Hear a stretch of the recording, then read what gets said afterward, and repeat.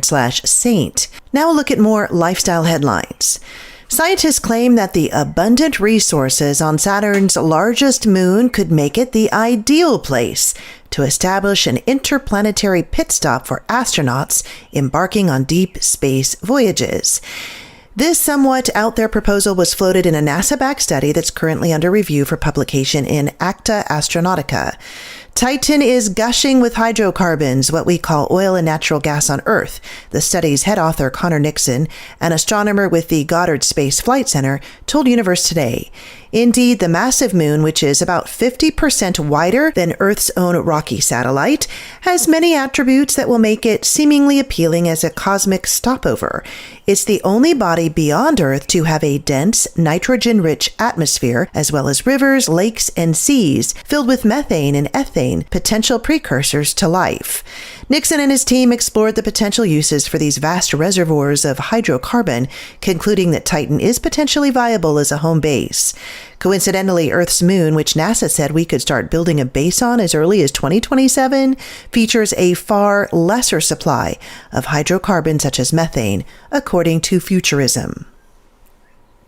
With OpenAI quietly filing for a confidential IPO alongside market debuts from aerospace giant SpaceX and AI rival Anthropic, billions of dollars in overnight liquidity are about to be unlocked for executives and middle management alike, but instead of reinvesting in the Golden State, this incoming class of newly minted tech millionaires is flooding to Florida. At least that's what real estate brokers are saying. They're saying this is triggering what experts say could be a rapid-fire tech exodus 2.0, measured in months, not years. The California area codes have already started showing up, according to Fort Lauderdale Downtown Development Authority CEO and President Jenny Morajon to Fox News. It's just that conversations are evolving, she said. How can you even compare between living in Miami and Silicon Valley? I'm Janet Huxley for The Mike Church Show in the Red, White, and Dude Nation, because ethics in broadcasting matters. Some of the best things on Earth come in threes. That's right, Lee. There's the Three Stooges. And then there's the Cajun cooking trinity of onions, bell peppers, and celery. And of course, guys, there's the Holy Trinity.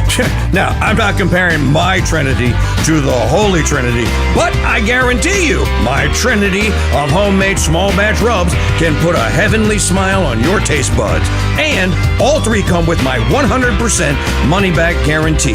If you don't love and think that my Trinity of beast and butt rub, chicken mamu, and Acadiana steak seasoning aren't the best and most essential spices in your arsenal, I'll buy them back from you. It may not be holy, KingDude, but that's the best spice and rub deal on this side of heaven. Order Mike Church's set of Trinity rubs and save big at MikeChurch.com/rub. That's one bottle each of beast and butt rub, chicken mamu lemon herb seasoning, and Acadiana steak seasoning for one low price and the KingDude's money back guarantee. Order today at MikeChurch.com/rub. The Mike Church Show has been the industry leader in promotions, giving away 5 cars in the last 8 years alone. But nothing can prepare you for the greatest giveaway event in broadcast history. Coming June 8th.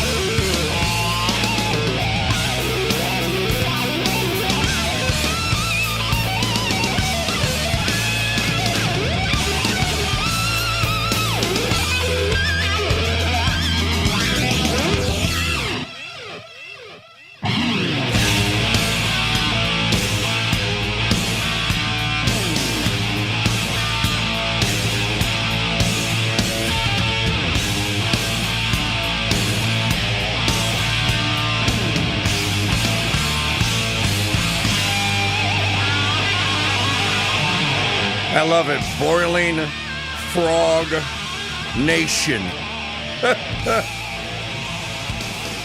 Greetings, the Mike Church Show is here. We are live. It's Thursday. 7 days to go to win a pound of gold. Xing the question of the day. What in the wide, wide world of sports is going on here? Well, I'll tell you. In order to ensure the security and continuing stability, the Republic will be reorganized into the first Galactic Empire!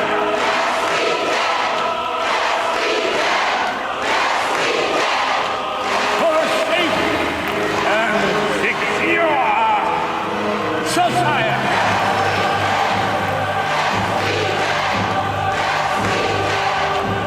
So I'm calling on Congress to pass these reforms, and I'm going to sign them into law. No, you're not. Well, now you got it.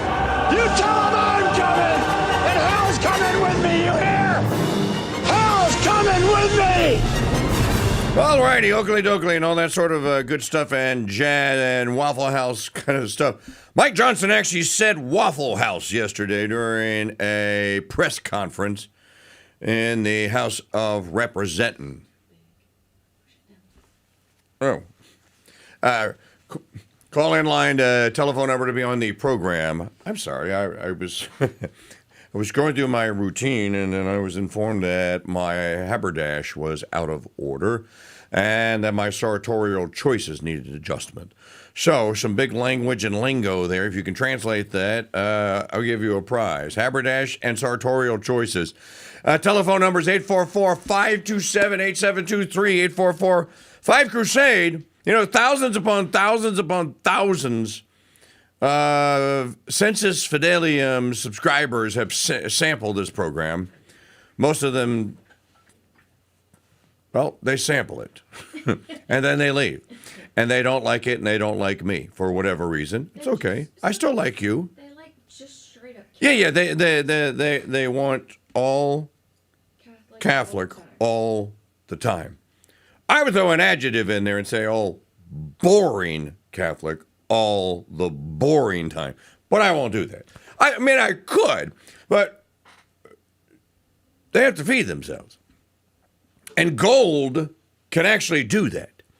Can pay off student loan debts. It can be down payments on new houses. It could just go into a safe somewhere for the peace of mind of knowing that you have 12 American Eagle Liberty gold coins that you can fall back on.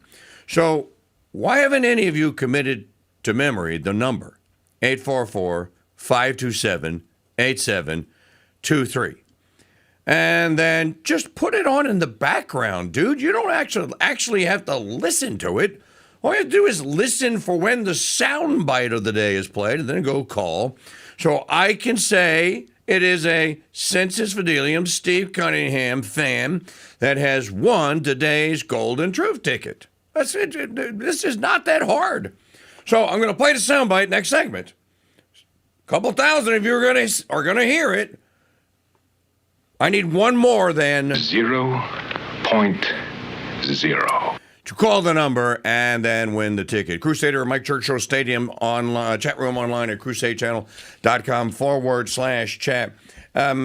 We're nearing a day in the news where, or a part of the news cycle where the House of Representatives is getting ready to go into recess. The Senate is getting ready to go into some sort of a recess for the Independence Day holiday and celebration and all that.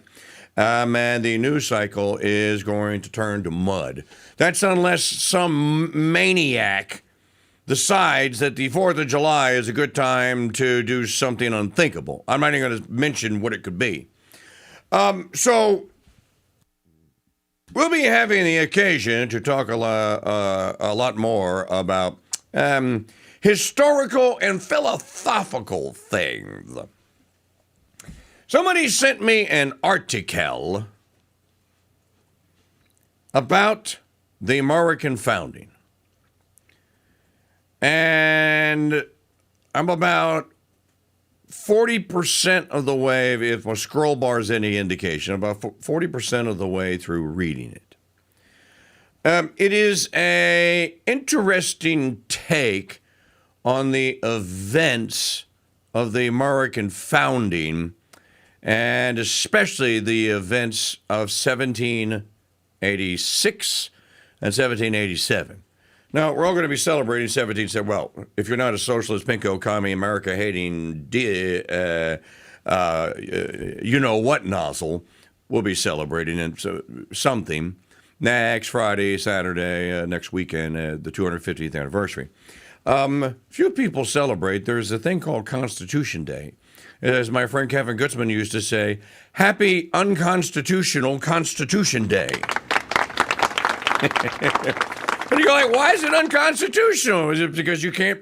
The Constitution gave the federal government no power to declare a holiday. You know, I could, as you musicians say, I could riff on that one thought right there for the next hour about the power to declare holidays. No, they can declare a holiday for the people that work for the federal government. Willy-nilly, all they want. Every day, you get a holiday, everybody gets a holiday. But for all the rest of us in the 50 states, they don't have any authority to do that. That's not a weight. That's not a measure. They could have a proclamation and suggest that there be a holiday. In any event, I'm reading through this, and as I'm reading it, some of what is contained in the FA, here, okay, I'm right there. That's where I'm at. Let me just mark my place. So when I scroll up, I don't lose my place. So, title of the, actually, I'm more than halfway through it. Title of the FA is America's Original Sin, the 1787 Coup, Cult of Consent, and an Inversion of Logos. That is a mouthful. That is a mouthful. Brevity is the soul of wit, Eric. Why contempt for law is the American tradition, and President Donald Trump only reveals it. So some of what's in this is interesting. Some of what's in it is fascinating. Some of what's in it is a discovery for me. And then some of what in it, I just shake my head and I go, I don't think that that's the way that actually happened. I mean, I wasn't there, so I can't completely and totally rule it out. But it does coincide with a piece of American history that I have made 2 movies about. Well, I call them movies. This is the Road to Independence, the movie on DVD. I'm just going to show you that it is a real product that actually exists. That is the 2 DVD discs. Instead of trying to make it so you don't get the glare from the studio Klieg lights. This came out in 2011. No, actually, this came out in 2016 because I have to look at the date. Because we gave the distribution rights to a company that distributed the film for 5 years. So for 2011 to 2016, and then as soon as that was done, then we came out with this, the director's edition. I think we had actually published it in 2011, and we republished it again in 2016. It hasn't been reprinted in 10 years. There is going to be a 250th anniversary commemorative edition of this. There will only be like 100 copies available, and you'll be able to order them or pre-order them next week. This is a whale of a project. You know, I gave the everything that it took to make this movie, and it took almost a year to make it. I gave all the materials, including the scripts. There were 13 animators that worked on this film. 13 animators. There were a handful of artists that weren't animators that worked on it. I worked on it. There were 2 editors that worked on it. There were 4 producers. A lot of people worked on this, and it was a monumental effort to put this into print. and to try and get the story right. But this is one of them. And then the other one is The Spirit of 76, which I don't have a copy of here in front of me.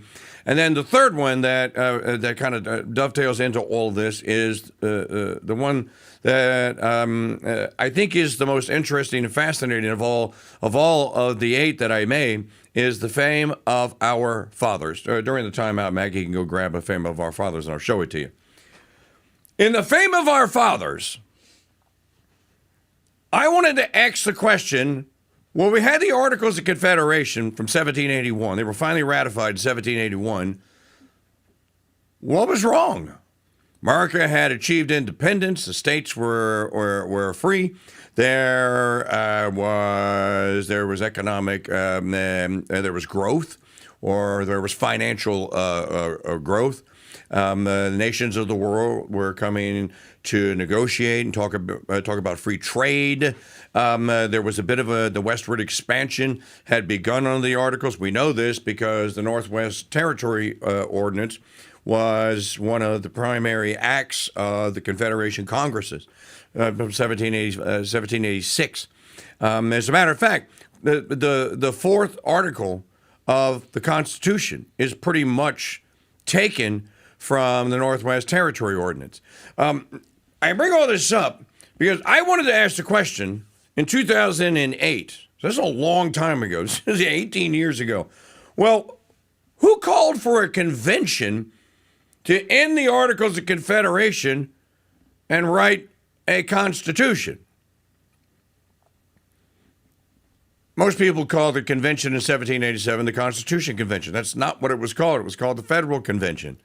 And each state had to actually meet in their legislature and gave orders to these men that they called delegates, and they sent their delegation to the convention of 1787. I think that the point where Eric Moyer and I agree is that there was a conspiracy. I agree with him. I'm just not sure it was a Masonic satanic one. But there was a conspiracy. I started working on what would have been film number 9. And I just wanted to, I thought this would be a good opportunity to talk about this because I've never talked about this before. So mark this as a history lesson in the canon of the Mike Church Show. I told Allison yesterday, our IT gal who has taken over all the tech stuff from me. I don't do it anymore. She does all of it. I told Allison yesterday, I said, I sent you all the stuff from the Road to Independence. She goes, Mike, you sent me 121 gigabytes. I said, yeah, I know. And she goes, I haven't even gotten through like the first gig. That's how big the Road to Independence, the movie project, was. 121 gig. And I'm probably missing stuff. I started working on, it was the working title of the movie, and my brother Mac was actually going to help me with it, write the screenplay, was going to be called 50 Feet Away. Now, people are going like, what is 50 feet away? Why do I care? Okay. When the Virginia Ratifying Convention met in June of 1788, the Constitution of the United States was not going to be ratified by the state of Virginia. It didn't matter who got up and spoke on its behalf. Madison, Governor Randolph, didn't matter. It was not going to be ratified. The people of Virginia did not want it. So what happened?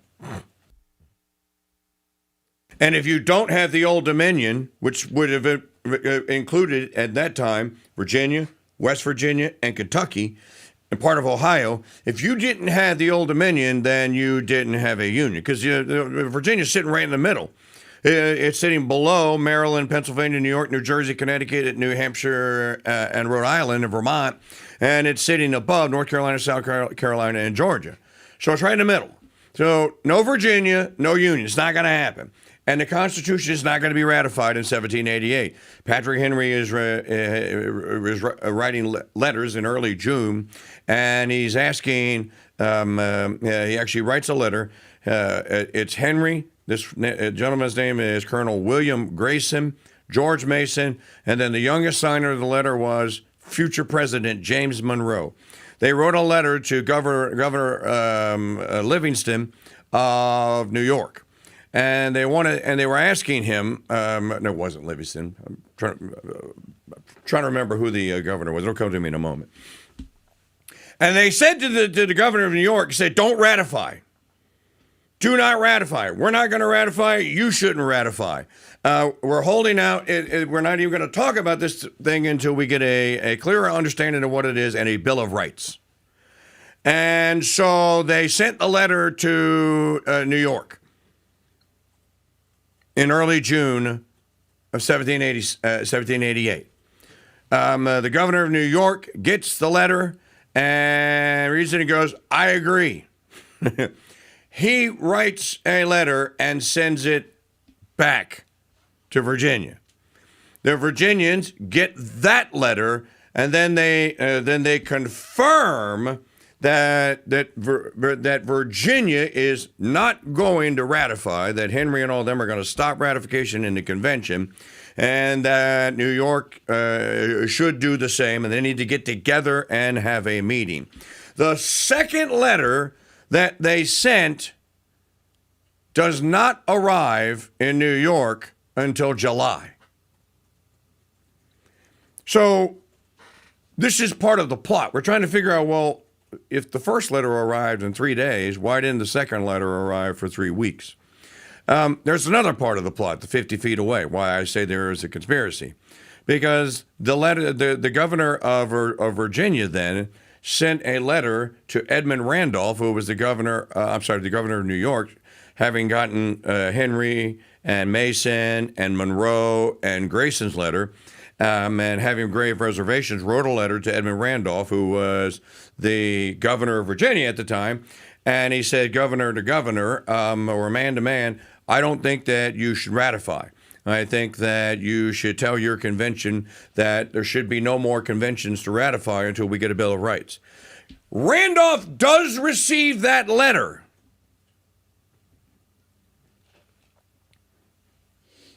The governor of New York basically asks Governor Randolph to introduce his letter to the convention, the ratifying convention, which is now in session.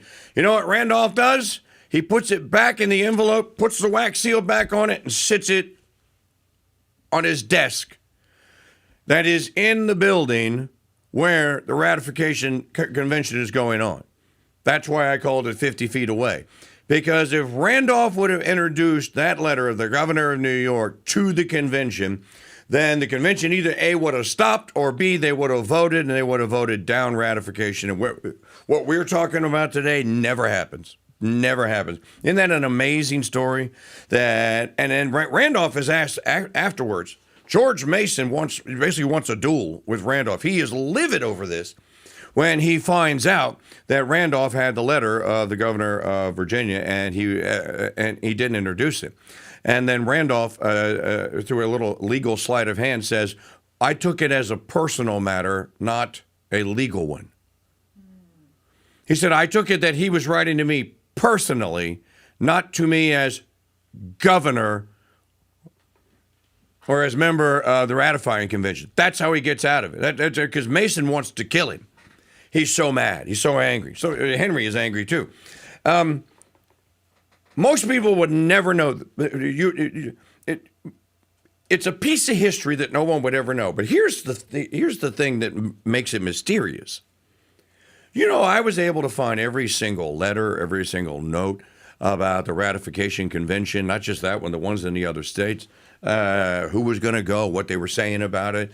You name it, you could find it. The only indication of the 50 feet away was the letter. There was nothing else about it in the entire archives of the state of Virginia. Coincidence? Oh man, June is so boring. I wonder if there's anything on the radio here. On June 8th, the Mike Church Show will launch a broadcast contest unlike any other in history, and you'll see why June 2026 won't be just another June. One of my favorite books is Jim Collins' Good to Great, and lots of people have benefited from reading it, including me. But few people have read his follow-up book, How the Mighty Fall. Now, over the course of the last 18 years has been quite the feat of survival to avoid becoming one of the fallen, but survive we have. And guess what else survived? The world-famous Dude Number t-shirt, which began in 2007. Now, to kick off the relaunch of this elite membership club, we announced a brand new t-shirt design, a brand new certificate of authenticity, and access to numbers that have only recently become available. Here's Jim to tell you how to secure that Dude Number that's unique and special to you. Just head to MikeChurch.com/dude for all things Dude Number, including purchasing your 2026 version of the world-famous Dude Number t-shirt. That's MikeChurch.com/dude and join America's morning show, The Mike Church Show, and the Red, White, and Dude Nation's elite membership club. That's MikeChurch.com/dude. I think I'll go to sleep and dream about piles of gold getting bigger and bigger and bigger. Here's a piles and piles of gold fun fact. The first gold rush wasn't in California or in Alaska. It was in Dahlonega, Georgia in 1829 and lasted until the last gold mine closed around 1910. Now, some people say that there's still gold in them there Georgia hills. We don't know about that, but we do know that Mike Church has 1 troy pound of gold in his safe, and he's going to give it away to one of you on July 2nd. Win Mike Church's Pound of Gold. Tickets on sale now exclusively at winapoundofgold.com. Vacation sold separately. In 1983, ZZ Top made the song and it was true from the time that song came out till around 2010, when girls stopped going crazy over a sharp-dressed man because men stopped dressing sharply. Cargo shorts, flip-flops, and tank tops became all the rage for men's public casual wear, to say nothing of how they dressed for mass. Well, as my listeners and viewers know, there's hardly anything more important to me than being a sharp-dressed man. And to help you become one, I'm introducing the official necktie of the Mike Church Show, Proselytize, whose designs are not only striking, they're 100% Catholic. You will look fantastic and like a sharp-dressed Catholic man in your Proselytize neckties. Available now in the Mike Church Show haberdashery at shop.mikechurch.com. Shop for ties, caps, t-shirts, and much more in the Mike Church Show haberdashery at shop.mikechurch.com. We're taking caller number 5 to win a pound of gold and a free Golden Truth ticket. Who is caller number 5? Dude, 1313, Jeff Johnson. You see?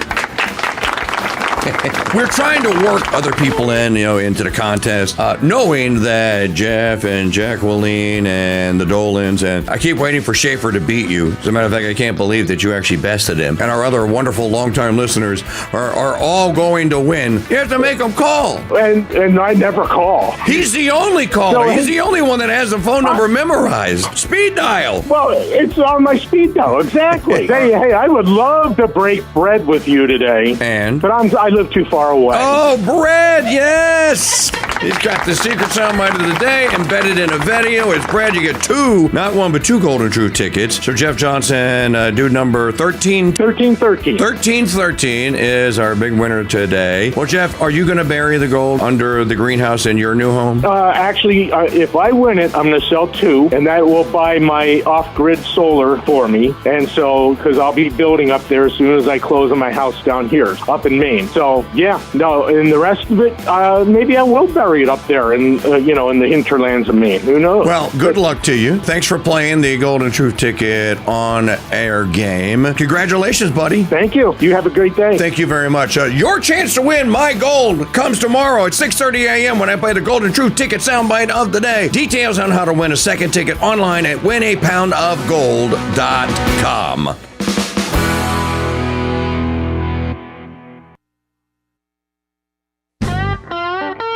The research department of the Mike Church Show has learned that most people listen to this show because you want your truth neat, straight up, and never watered down. Hey, look, mister. We serve hard drinks in here for men who want to get drunk fast, and we don't need any characters around to give the joint atmosphere. Is that clear? And the best part about taking in 100 proof truth is you can drive at the same time. And you'll never get a hangover. I'm so wasted! The bar at the Mike Church Show opens every weekday morning at 8 a.m. exclusively on the Veritas Radio Network's Crusade.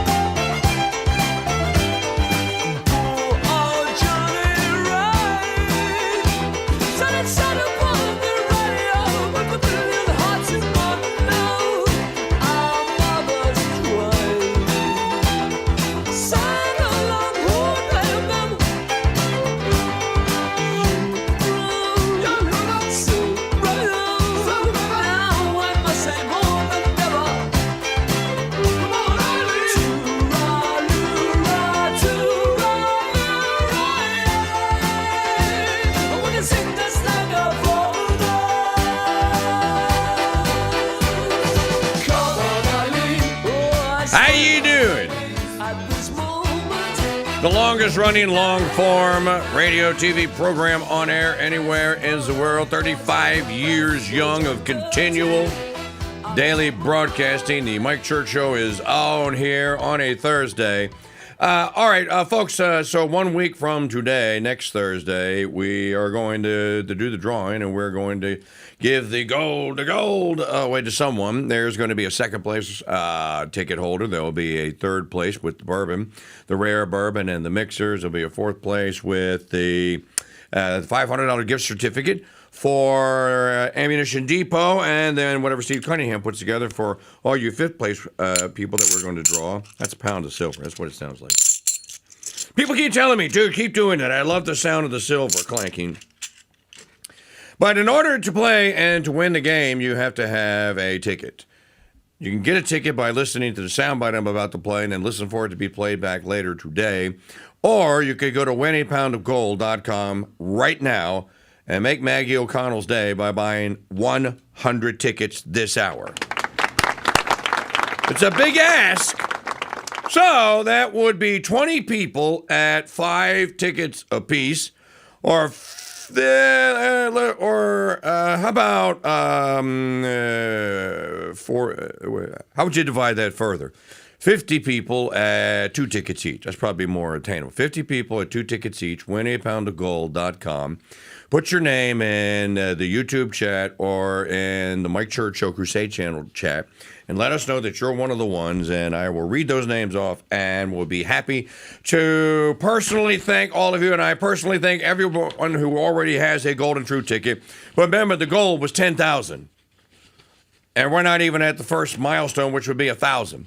So, 1 week left to go. Plenty of time, but not really plenty of time. WinAPoundOfGold.com. Get your ticket today. So, just a little...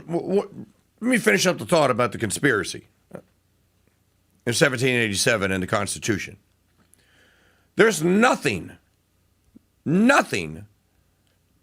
about the history of that series of letters that can be found outside of the letters. And the only thing that I had to go on, and when I was trying to piece this mystery together, the only thing I had to go on was, well, what were other people writing at that time, and what were they talking about? And the only thing that I could add to the mystery was that in the state of Pennsylvania, now, this is where the fame of our fathers comes in. The state of Pennsylvania, James Wilson and Robert Morris, 2 men that signed the Declaration of Independence. Look it up, Wilson, Morris, you'll see their signatures. And both also signed the Constitution, Wilson, Morris. Morris was probably the wealthiest man in all of North America. He was Elon Musk at the time. Wilson and Morris were trying to convince the Confederation Congress to charter a national bank. Some of you are going to love this story. It's in the Fame of Our Fathers.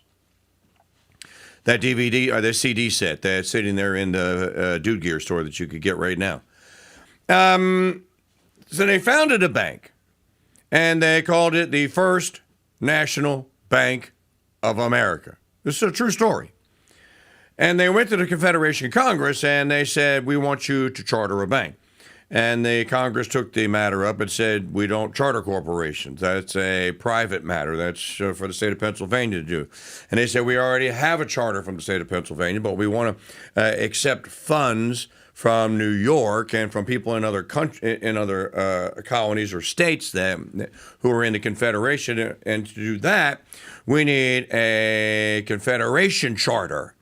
And so they debated it, and ultimately they gave them the charter. And there was only one ever issued by the Confederation Congress, and they issued it in 1787 for the National Bank of America, First National Bank of America. They gave it a banking number. It's 6 digits. I think it's 6 digits. We got a company check laying around here, Maggie. I'm telling you something that's fascinatingly, trivially interesting to people. So why would I bring this up? If you look at a check, a personal check, a business check, there's a bunch of little numbers that are scrawled across the bottom. Don't show any of it. I'm not going to show any of it. The first is the check number, probably, and then in the middle is the routing number. 1, 2, 3, 4, 5, 6, 7, 8. It's 9 numbers. That number, the routing number, you know where the routing number comes from? The routing number comes from the Confederation Congress and the First National Bank. And they gave I can't remember what the number was, but they gave it basically a 9-digit number because they thought that they were going to have to give other charters out to other banks that wanted to do business in the states in the Confederation. Do you know the name of that bank? So 25 years ago, if you lived in the Carolinas, you would have called it Wachovia. 20 years ago, if you lived in the Carolinas, you'd have called it Nations Bank, because Nations Bank bought Wachovia. Now, I'm not sure what happened to the routing number, but the point is that the bank went through all of these iterations to become Wachovia Bank, and then for Nation Bank to buy it. And all of that happened because Wilson and Morris, along with Madison and Hamilton and a few others, were the primary agitators, motivators, schemers, if you will, that had to try and con George Washington into going to the Federal Convention of 1787, because they all knew that if you didn't have Washington involved, then you couldn't touch the Articles of Confederation, and nothing nationwide could be done like a constitution. And so it was a huge lobbying effort, and ultimately the story of the Nation Bank, and there was another story that goes in that, and that is in the fame of our fathers, leads Washington to go, okay, all right, I'll go. And he actually does, and he goes, he's in the convention every single day. All the notes verified. He never says a word. It's almost like Washington's going like, you ain't get me in on this, bro. If you idiots want to do this, if you want to do this, you do it without me, because I am not participating. I think it's a terrible idea. So then, back to the essay that I was talking about that I was reading you from, America's Original Sin, the 1787 coup, cult of consent and inversion of logos. There's a part in this that I thought by Eric Moore that I did agree with him, and I thought that I would share it because yesterday on the show, I proposed the SCA and asked how many Red, White, and Dude Nation members would become charter members of the SCA. Let's just pretend we're back in 1786 again, or 1776. What is the SCA? Seceded Counties America.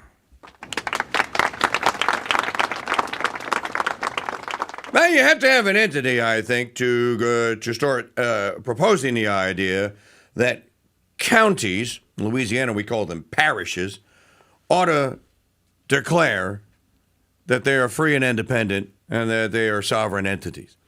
And then inform their states, you keep barking orders out at us and keep taxing us and keep telling us that we have to do this and we have to do that. We're just gonna go our separate way here.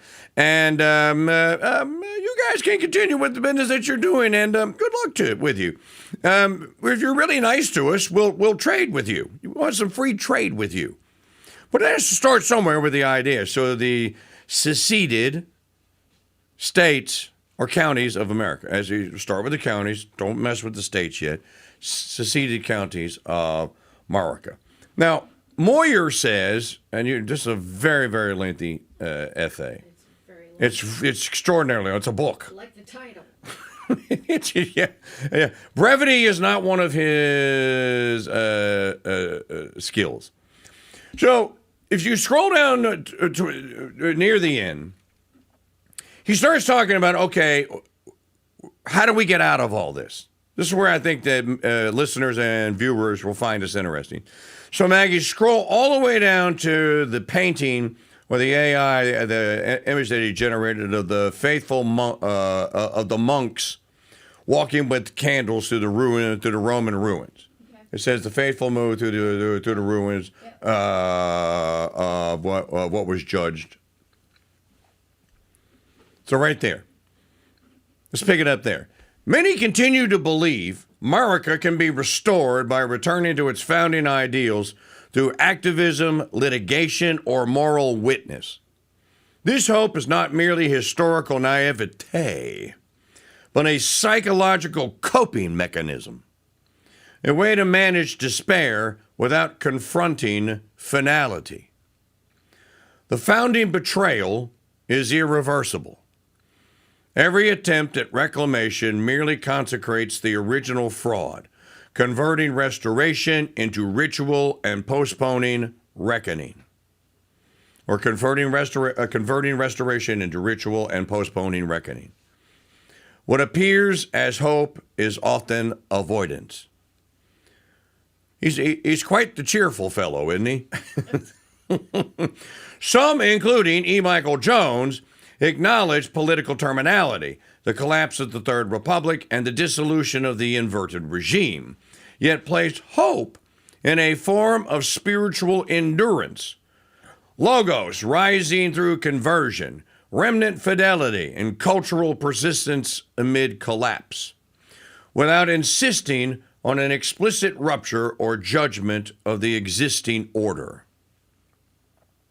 This is a serious position rooted in Augustine's distinction between the city of God and the city of man, and in the conviction that truth survives even as political forms decay. But it risks the same evasion. Augustine of Hippo, I thought that this statement right here is actually worthy of being a Veritas et Sapientia in the Church Doctrine Daily email, which went out this morning, and I'm still quoting Dr. Gregory Haugen, Dr. Deep State, today was part 4 of 6 of the prologue of his book. So as soon as I finish with that, I'll include this quote in a future issue of the Church Doctrine Daily email newsletter, which you should go and sign up for because it got great stuff like that in it at mikechurch.com/email. It's free, don't cost nothing. But it risks the same evasion. Augustine of Hippo does not imagine renewal emerging from within corrupted structures. I think that's a pretty profound analysis. Just that one sentence. Well, how could you renew something that's broken or that's corrupt? Now, it may be true that you could try to repair it, but then I think the question comes to, okay, repair it to what? Repair it so it does what? What do you want it to do when it's repaired? And if it's operating at 100% efficiency, or that's impossible, 99% efficiency, what would it look like? But just ponder that. But it risks the same evasion. Augustine of Hippo does not imagine renewal emerging from within corrupted structures. In City of God, book 19, Augustine understands the fall of empires as providential judgment, exposing orders built on pride. Renewal follows judgment and exile, not gradual moralization of an inverted system. The city of God does not reform the earthly city. It outlives it. The faithful endure, detach, and refuse to substitute witness or incremental reform for the necessary break with a corrupt and illegitimate order, because truth emerges only after rubble is cleared, not rearranged.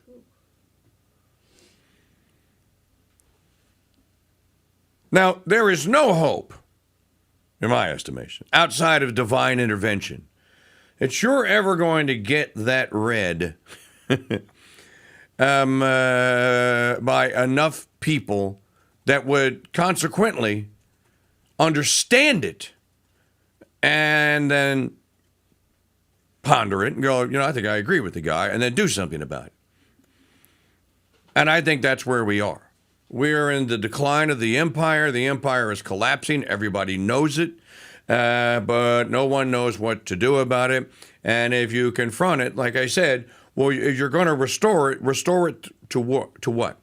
So, in other words, if we kept the federal monstrosity on the banks of the Potomac River, that'd be a great poll to put up in the YouTube chat, Maggie, or as a post on YouTube, because I think you can put it as a post. I don't know if you can do it in the chat, but if you could, you can do it in the chat room. If you had a vote today, if it were put up to a vote on whether or not to remain in the federal union in your state and be a member of the Constitution, ratified Constitution, Union of States, you would vote yes, or you would vote no.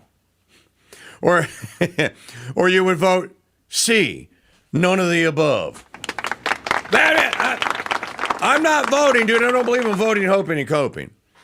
What do you think that ballot initiative would look like in any state in the union today? I think it would fail pretty much in every state. I think that you'd have about 33. I think we are where John Adams said we were in 1776. So I think it's worthy of, and I'm going to continue with Moyer here in a minute.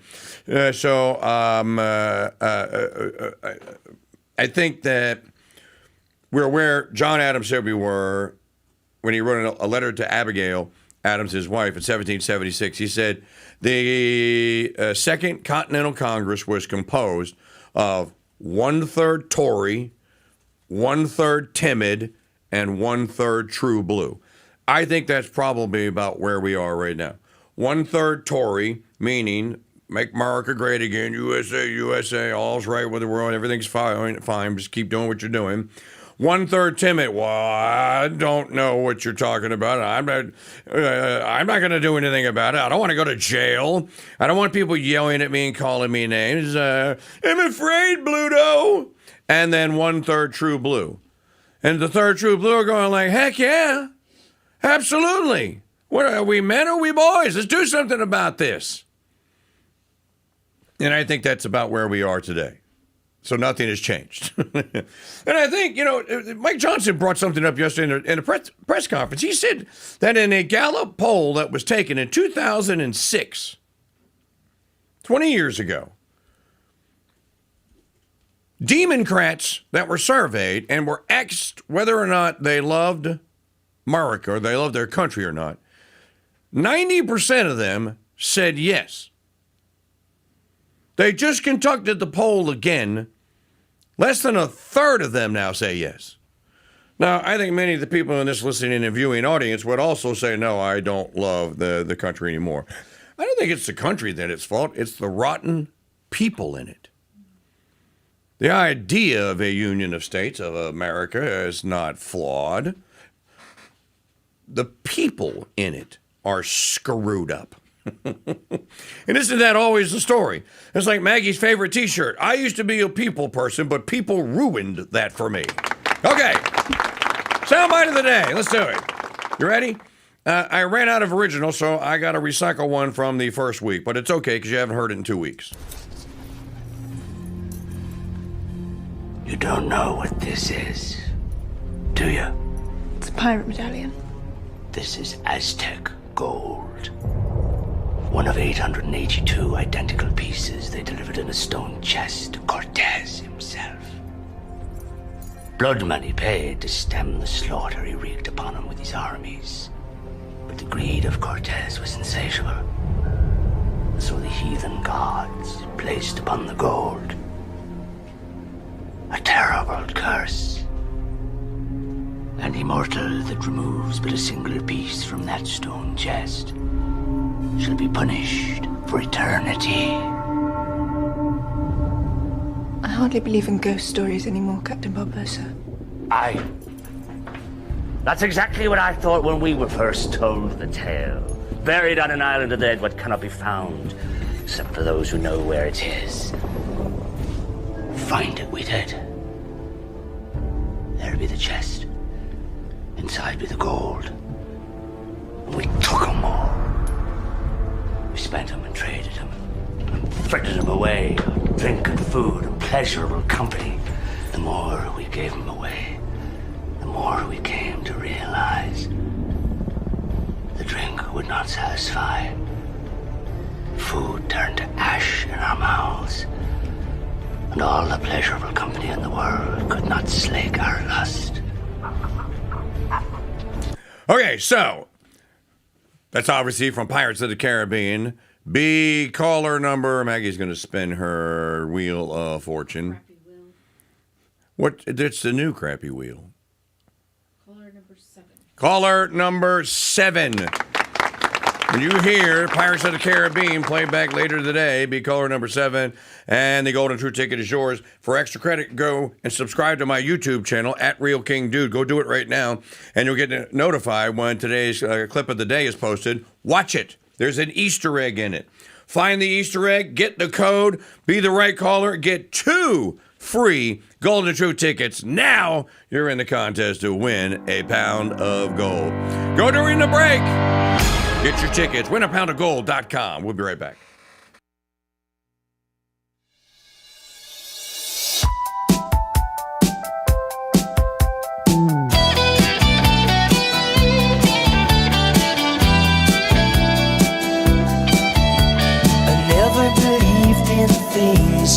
I couldn't see. I said if I can't feel it, then how could it be?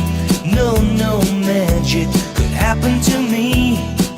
And then I saw you, I couldn't believe it. You took my heart, I couldn't retrieve it. Said to myself, what's it all about? Now I know there can be no doubt. You can do magic. You can have anything that you desire. Magic. And you know you're the one who can put out the fire. You know darn well when you cast your spell, you will get your way. When you hypnotize with your eyes, a heart of stone can turn to clay.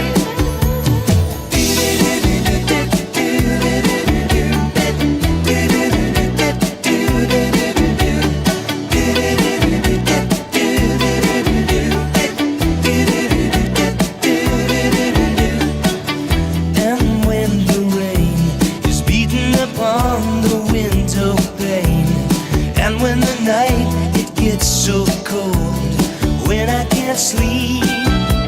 Again you come to me. I hold you tight and the rain disappears. Who would believe? The Crusade Channel, talk radio the way it should be. Broadcasting live from Madisonville, Louisiana, and streaming 24/7 at crusadechannel.com. When you hear the noon bells tolling, it's time for Angelus, brought to you by the Crusade Channel.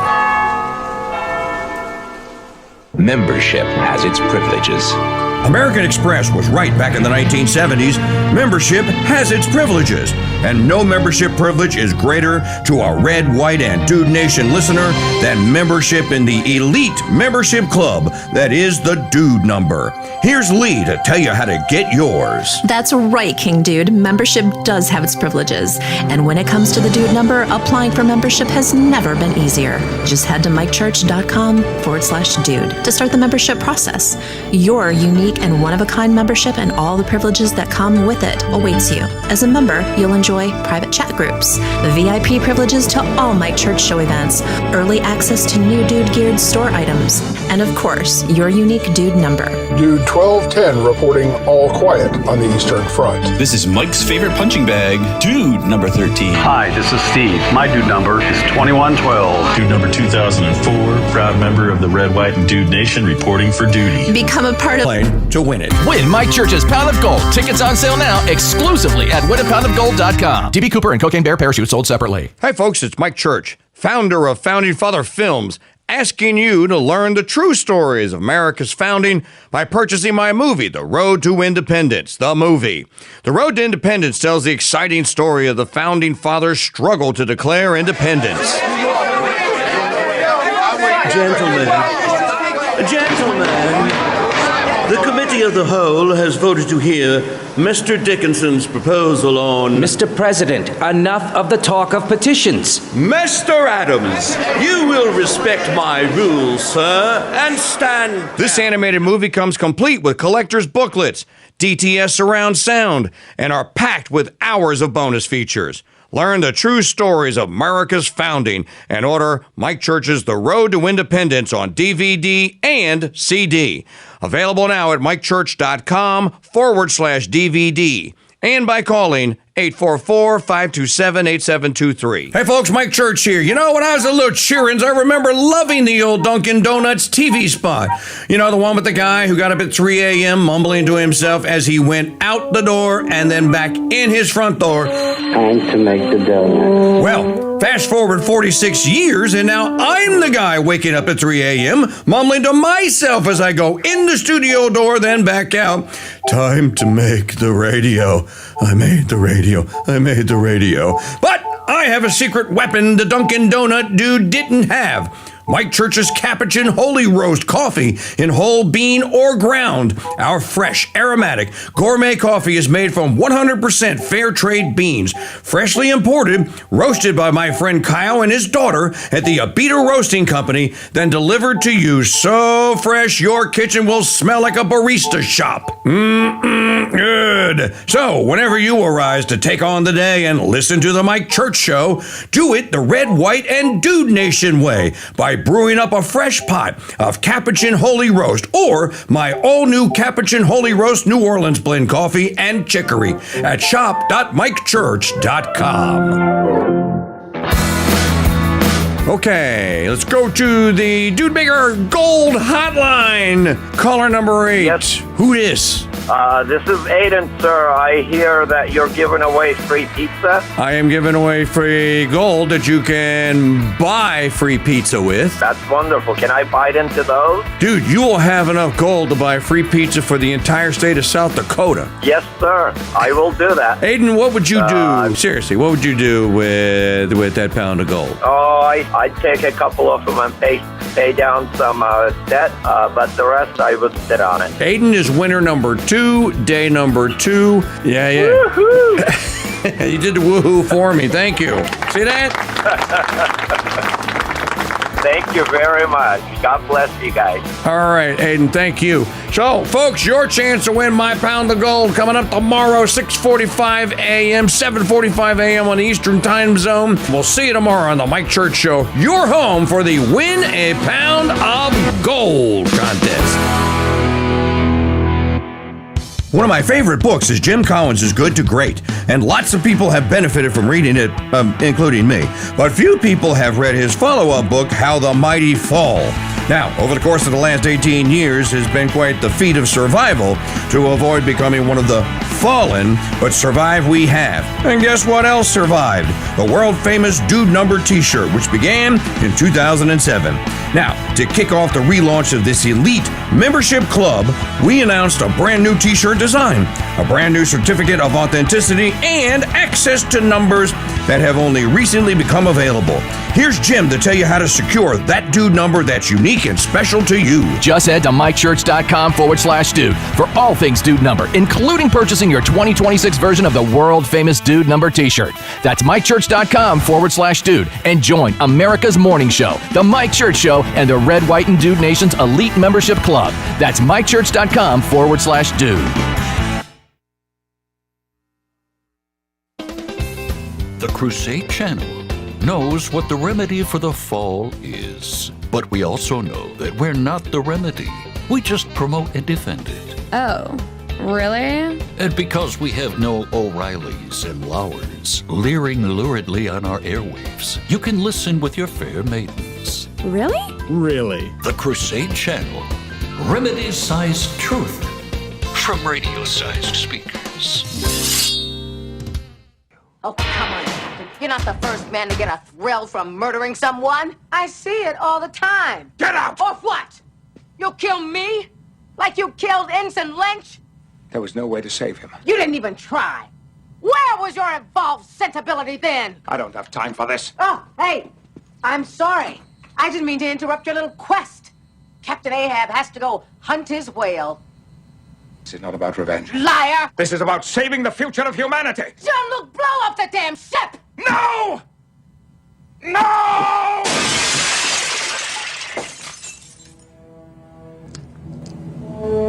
I will not sacrifice the Enterprise. We've made too many compromises already. Too many retreats. They invade our space, and we fall back. They assimilate entire worlds, and we fall back. Not again. The line must be drawn here. This far, no farther. And I will make them pay for what they've done.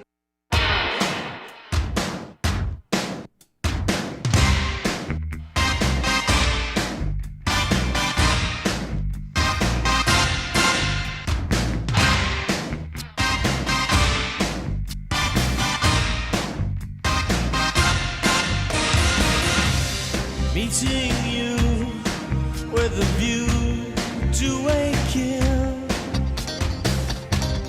Face to face in secret places, feel the chill.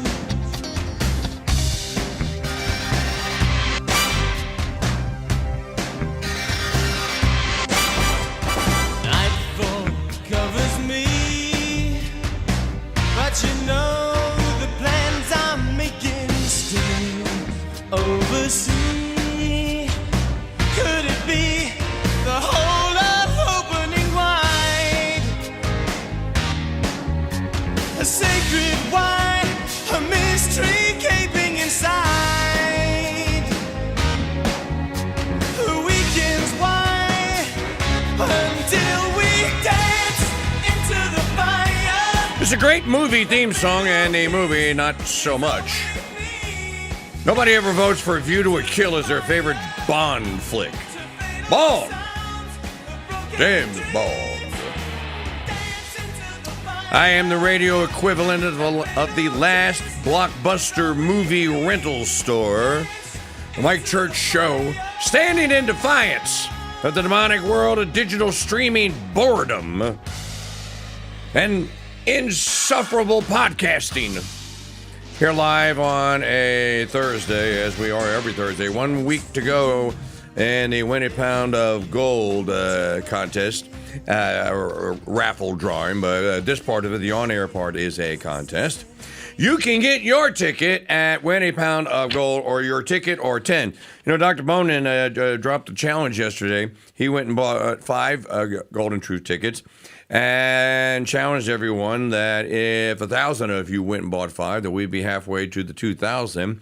And some magnificent things would be on the horizon for live radio and TV broadcasting revival. But only, I don't know how many. A few people did take Dr. Bonin's challenge. Maybe you'll take it today. WinAPoundOfGold.com. WinAPoundOfGold.com. And remember that we do this every year. This is our 7th time. We've given away 5 Kias, 3 Kia Souls, 2 Kia Seltos. Last year, a pound of gold to Chris Payne. And this year, whose name am I going to call? Next Thursday. It's not going to be you if you don't have a Golden Truth ticket. And where you get that? WinAPoundOfGold.com. Plus, you are striking a blow against the MSM, the Malachian Satanic Media. Stop saying you hate the MSM, and then when you're given the chance to support its antithesis, its enemy, us, you pass. There's got to be something that we can do about that.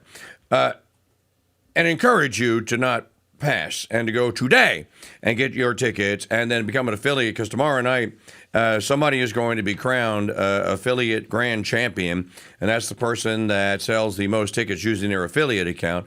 And all the details about that are on the site at winapoundofgold.com. Just click the affiliate tab, get your unique link, grab some images from the creatives in there, and send them to everybody that you know. Say, hey, I'm in this contest. I think you would. Don't you want to win a pound of gold? Here, use this link here. You don't even have to tell them it's yours. If it's an enemy, you don't even have to just say, hey, here's a link to go get your ticket to win a pound of gold at winapoundofgold.com. Where was I? Oh, I was talking about, well, you know what, the feature story today. So before I do that, speaking of gold, This is ZeroHedge.com yesterday. China imports 163 tons of gold. Gold in May.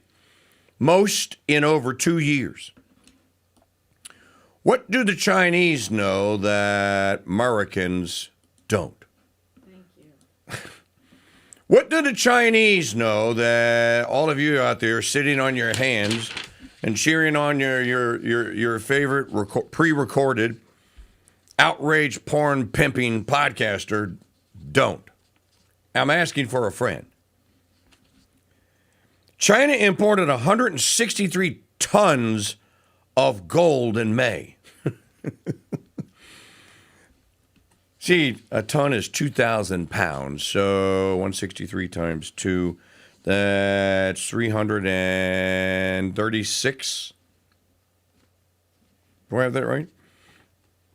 Maybe 336,000, no, 336 million pounds, if I carried my digits correctly. The figure drawn from Chinese customs data reported by Bloomberg, or Dumberg, brought imports for the first 5 months of 2026 to roughly 692 tons. Now, why are the Chinese importing and bringing in so much gold? Well, one of the things that we know about this is that the Chinese are heavily invested in what are called T-bills and America's debt. And they started trying to offload some of that and to transfer their, I guess, their balance sheet. By the way, I'm in the lead in the affiliate leaderboard. Steve Cunningham's in second place. Paul S. is right now the leader in the clubhouse. So Paul S. is going to win tomorrow night, the grand champion, if one of you doesn't unseat him by using your affiliate link. And if I'm reading this correct, it looks to me like he has sold 20 tickets total. If I'm calculating that correctly in my head. That's not hard to do if you are active on social media, especially, and you have people that follow you and you follow them. That should be easily doable by being cheerful and happy about the raffle, and then just using your unique link in your social media. Again, get it in the affiliate section at winapoundofgold.com. Demand has centered on physical bullion bars and on metal tied to gold accumulation plans offered to domestic savers. Chinese, and then this guy says, Chinese demand for physical bullion bars as well as metal linked to gold accumulation plans have been among the main drivers of the surge. What is the gold price today? Did you look at? We look at it every day. It's on the site at winapoundofgold.com. It'll tell you exactly what the payout is. $3,981.55. So that is actually down from where it was yesterday. So the total value today of the Troy pound of gold, if I were to give it away to you today, is $47,778.60. And you can see that right at the top of the page at winapoundofgold.com. Just what I... So the Chinese are buying more gold, and if physical accumulation of gold is on the increase, then I'm not quite sure. I think the price of oil is probably what is setting this off. As a matter of fact, Trump said yesterday that the price of oil had gone down below $70. Here, I have the crude. I have it right here. Today, West Texas Intermediate crude. Man, it takes this site a long time to load. Bueller. It looks like $69.75. Yes, $69.77 right now. Brent's at $73.05. So the high water mark was 109 for WTI and is back to $69.77. But on February the 28th, it was at 57 and change, I want to say.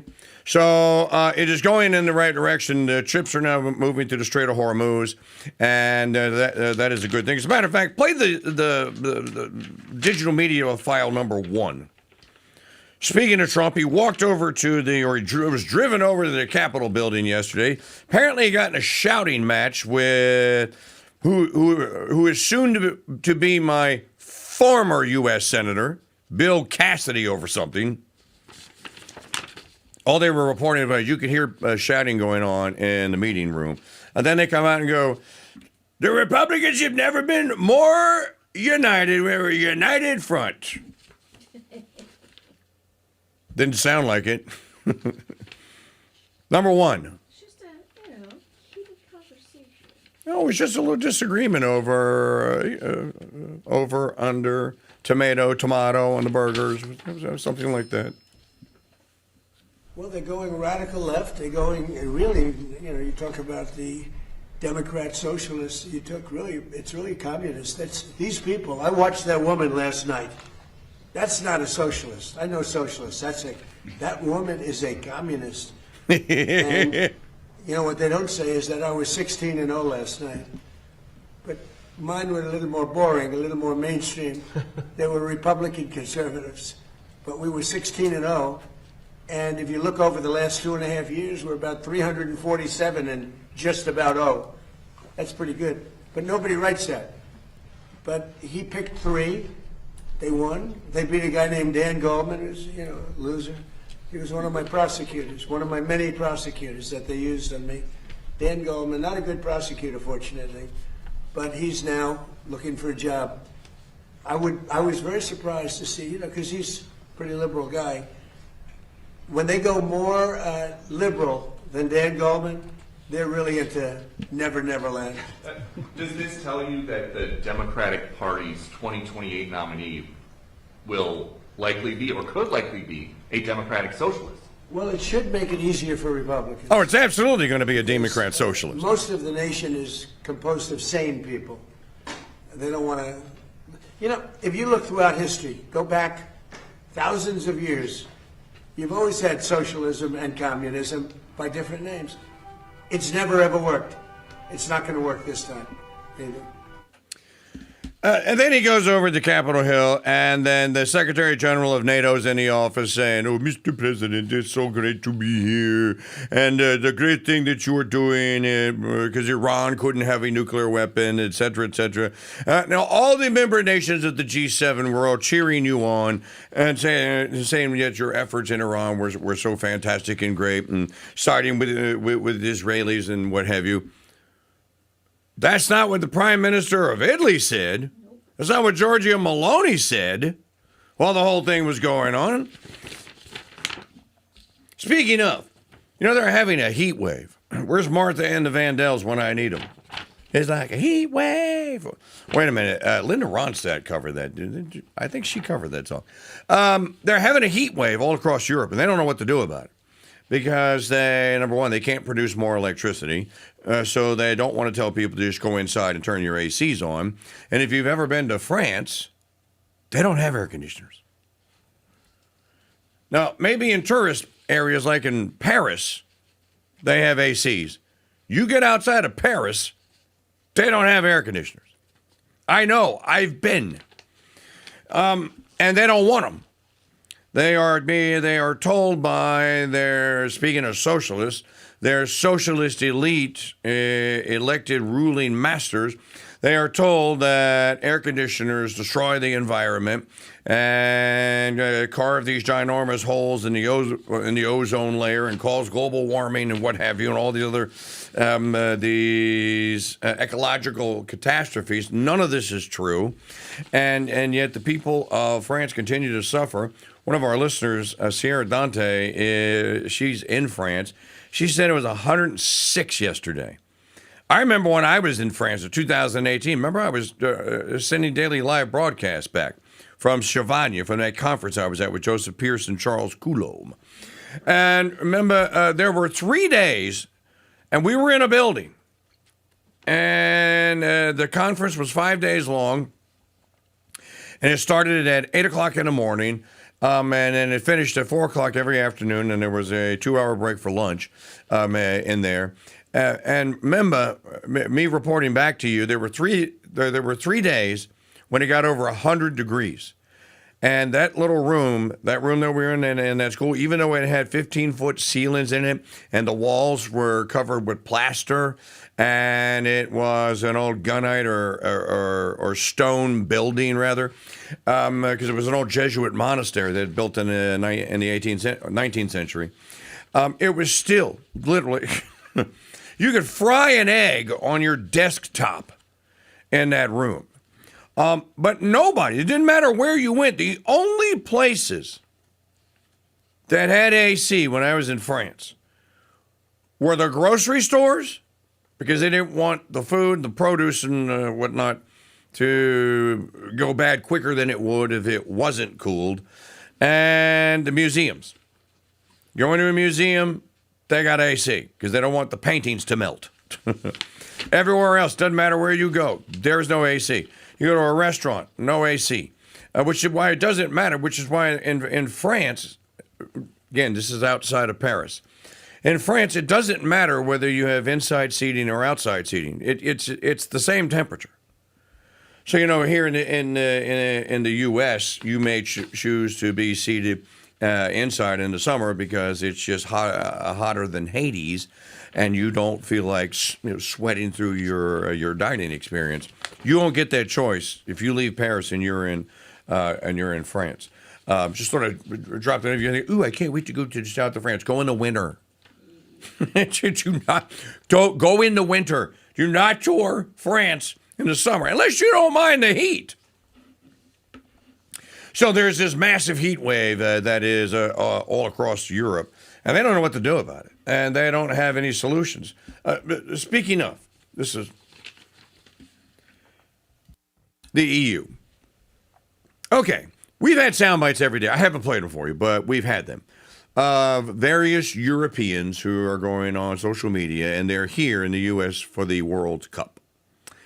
And they are very much enjoying, shall we say, the franchised part of America. They like the grandeur and the scale of everything. Because everything seems to be bigger. The Walmarts, if they have superstores like that, the ones in the U.S. are bigger. And they're really loving the food because they, if again, when you're in Europe, and I've been to several countries in Europe, so I can vouch for this, food culture, like restaurant culture and food culture in any country, doesn't matter which one it is, it's nothing like what you have here. It's nothing like what you have here. There's no comparison. So there's this article at Unheard in defense of Supersized America. Scarcity isn't chic by Poppy Sorby. There's an image that we used it in today's thumbnail of a dude at a state fair who has a giant turkey neck that he's getting ready to take a bite out of. It's almost as big as his head. It is almost as big as his head. And she says, the first Englishman to reach the New World brought home chips and fags, or so we were told. Many of us, and of course fags are cigarettes or tobacco, so we were told. Many of us will remember primary school lessons on Sir Walter Raleigh, fresh from Virginia, presenting Elizabeth I with potatoes and tobacco. In particularly colorful versions, his servants chucked the tubers and cooked the poisonous leaves, or a gardener burns the plants only to discover edible potatoes. While these accounts may be little more than Victorian folklore, conquistadors probably brought these products to Europe decades earlier. It is nice to imagine the British getting their priorities straight from the start. Today, thousands are following in Raleigh's apocryphal footsteps as they journey west for the World Cup. About 65,000 Brits are expected to enter the U.S. for the tournament. Now, I keep seeing that I guess the Scottish team is doing very well because they were in Miami. I was seeing the footage yesterday on CNN of all the Scottish people wearing their Scottish flag. I don't know why they're so proud of their flag these days. If you go to Scotland today, It ain't Scotland. It is not the Scotland of folklore. You're thinking of Scotty from Star Trek, or you're thinking of Mike Myers' character, Fat Bastard, from Austin Powers, or any person that's ever played a good Scot in a movie or a TV show. And they may have some people like that further north you go. Like if you go to Inverness on the at the northern tip of Loch Ness, where they still like speak Gaelic and stuff. So there are some places, but the rest of Scotland is complete, total pinko commie, DEI Hades.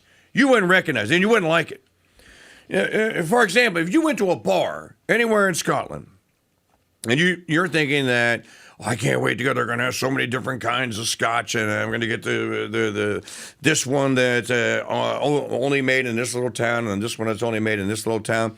And while that is true, when you order a scotch, and you're going to order it neat because you're not a Neanderthal, you're not going to put ice in it. That's a sin. Don't do that.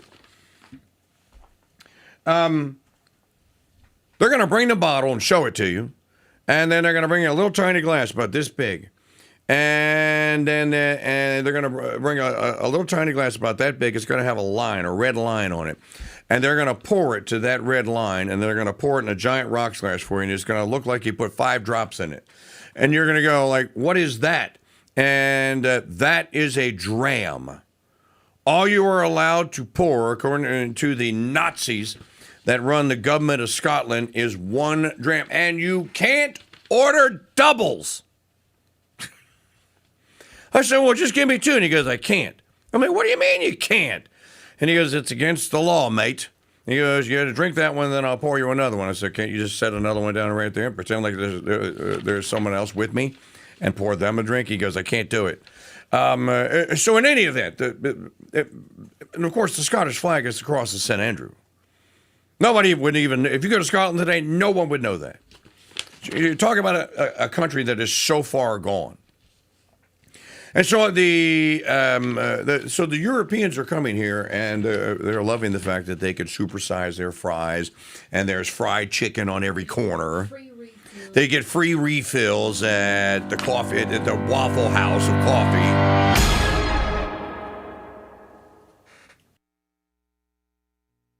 I think I'll go to sleep and dream about piles of gold getting bigger and bigger and bigger. Here's a piles and piles of gold fun fact. In 1971, if D.B. Cooper had jumped out of an airplane with $200,000 worth of gold instead of U.S. currency, he would have $25.4 million in gold bullion today. Now, we don't know where D.B. Cooper's money is, but we do know that Mike Church has 1 troy pound of gold in his safe, and that he's going to give it away on July 2nd. And you don't have to jump out of an airplane to win it. Win Mike Church's Pound of Gold. Tickets on sale now exclusively at winapoundofgold.com. D.B. Cooper and Cocaine Bear parachutes sold separately.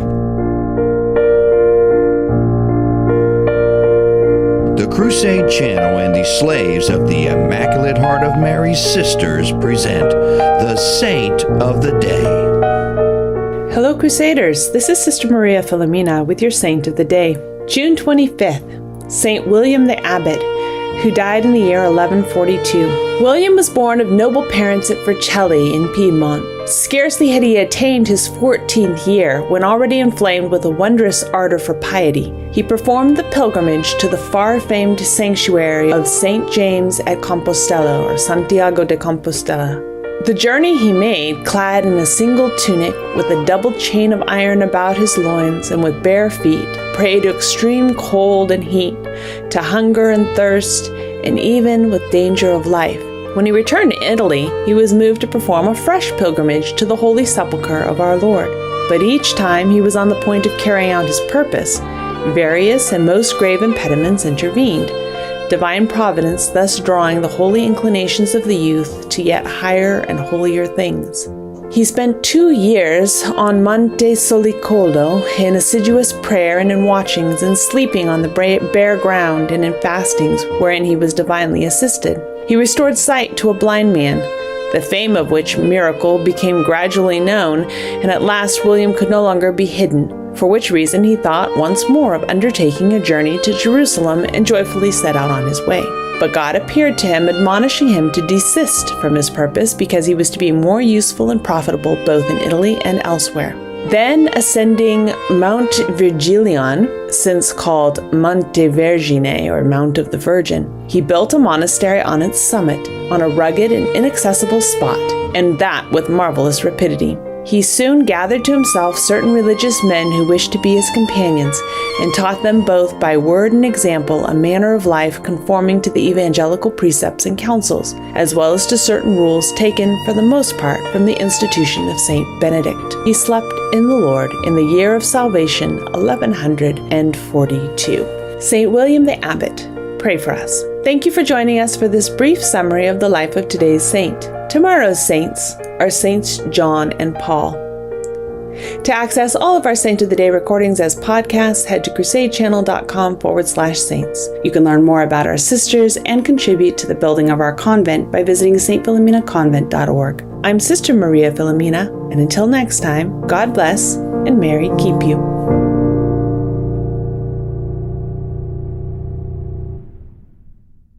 Do you want to save money on your next flight? Then pick up the phone and call. That's right, call, because the best prices are not online. They're with SmartFares. See, SmartFares has special deals with the airlines. When they have unsold seats, they use SmartFares to fill them. So you get airline tickets at crazy low prices. They have access to great prices and discounts at over airlines, plus 300,000 hotels and rental car companies. Their prices are too low to publish online. With the extra money you'll save, you can book another trip or treat yourself to dinner or shopping. So stop searching all of those travel sites to find the lowest price on your next flight. Let one of our SmartFares expert travel agents find the best price for you. Call SmartFares today and get ready to see the world with a fat wallet. 800-313-7757. 800-313-7757. 800-313-7757. That's 800-313-7757. We don't know if there's gold in the hills of Dahlonega, Georgia, but we do know there's a pound of gold in the Mike Church vault, and all you have to do to win it is listen for the golden sound of the day. Weekday mornings at 6 a.m. on The Mike Church Show at MikeChurchShow.com and on YouTube at Real KingDude.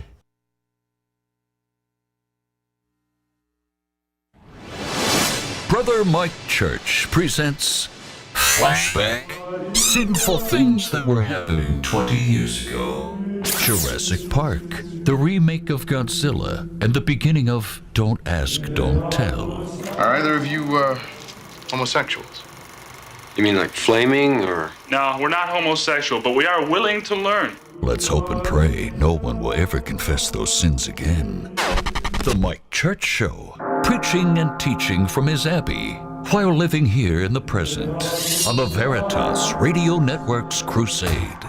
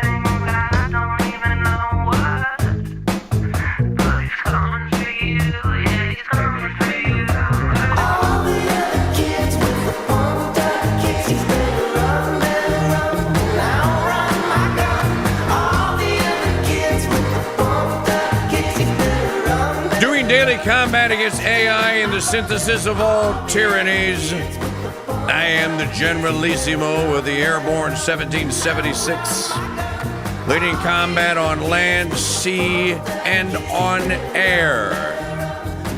Mike Church Show, this portion of the program brought to you by the Dude Gear Store That's shop.mikechurch.com. That's shop.mikechurch.com. And, you got a week left to go before the big 4th of July, 250th birthday bash celebration, which most people will have next Friday off. Which, by the way, that's why we are doing the drawing for the pound of gold on Thursday, thinking that many people will either be in transit to wherever it is that they're going or already be where they're going. And like a Friday before Memorial Day weekend, there's just no sense in doing live radio shows because no one is listening. Everyone is already checked out. Well, if we're looking at our statistics today, it looks like people checked out a week early this year. In any event, for the few of you that remain out there listening, go to the Dude Gear store and stock up on beast and butt rub, chicken mamu, and Acadiana steak seasoning, and you're all covered. Don't forget the cooking with the KingDude apron and all the great stuff in the Louisiana Merch Center. In the Haberdash, you have this, and it's also in the Louisiana Merch. This is a LSU purple and gold fleur-de-lis necktie made by a company called Parquet, and I wear it once a week or so just to show that we do have other Haberdash in my Mike Church Haberdash department at shop.mikechurch.com. There's a couple of new handmade holy rosaries in there that Maggie has put in this week. All right, how do you say this? Decoupage shells, ladies. Really, really nice, and now they're epoxied. Look like you could do shots out of them now. No, I would not. No, I think we should try that. I think we should try it and do a whiskey shot on the show out of a decoupage shell, and then show people the shell and go like, "Hey, it's a new kind of shot glass." In any event, so much stuff in the Dude Gear store. I was mentioning this earlier. We do still have our movies. I went and got one just to show. This is the Road to Independence, the movie, and I was mentioning the Fame of Our Fathers earlier, the 3 CD set, which is still in the store as well. Shop.mikechurch.com. Don't forget your 35th anniversary commemorative T-shirts and all that other great stuff. Shop.mikechurch.com. Who else do we have on the? All right. Socialists and commies are all the rage. I think this is what is depressing people. They're seeing the headlines that pinko commie socialist fags are winning elections. These people are gay. Cross America. And I think people are, as I said the other day, why isn't anyone excited about the upcoming 250th? Why? I mean, there are events that are going to occur. Is anyone going to any of them? And I keep asking the same question. And it just doesn't seem as though this is going to be the grand celebration. And again, I can remember when I was a boy and the bicentennial. The 1776 bicentennial was a big deal. And it was huge. As Trump was, it was huge. It was huge. I was there. Ronnie Gaines wasn't even born to come in fifth yet, but I was there, and I was going to win all the swing states, and I knew it. In 1776, okay? Now look.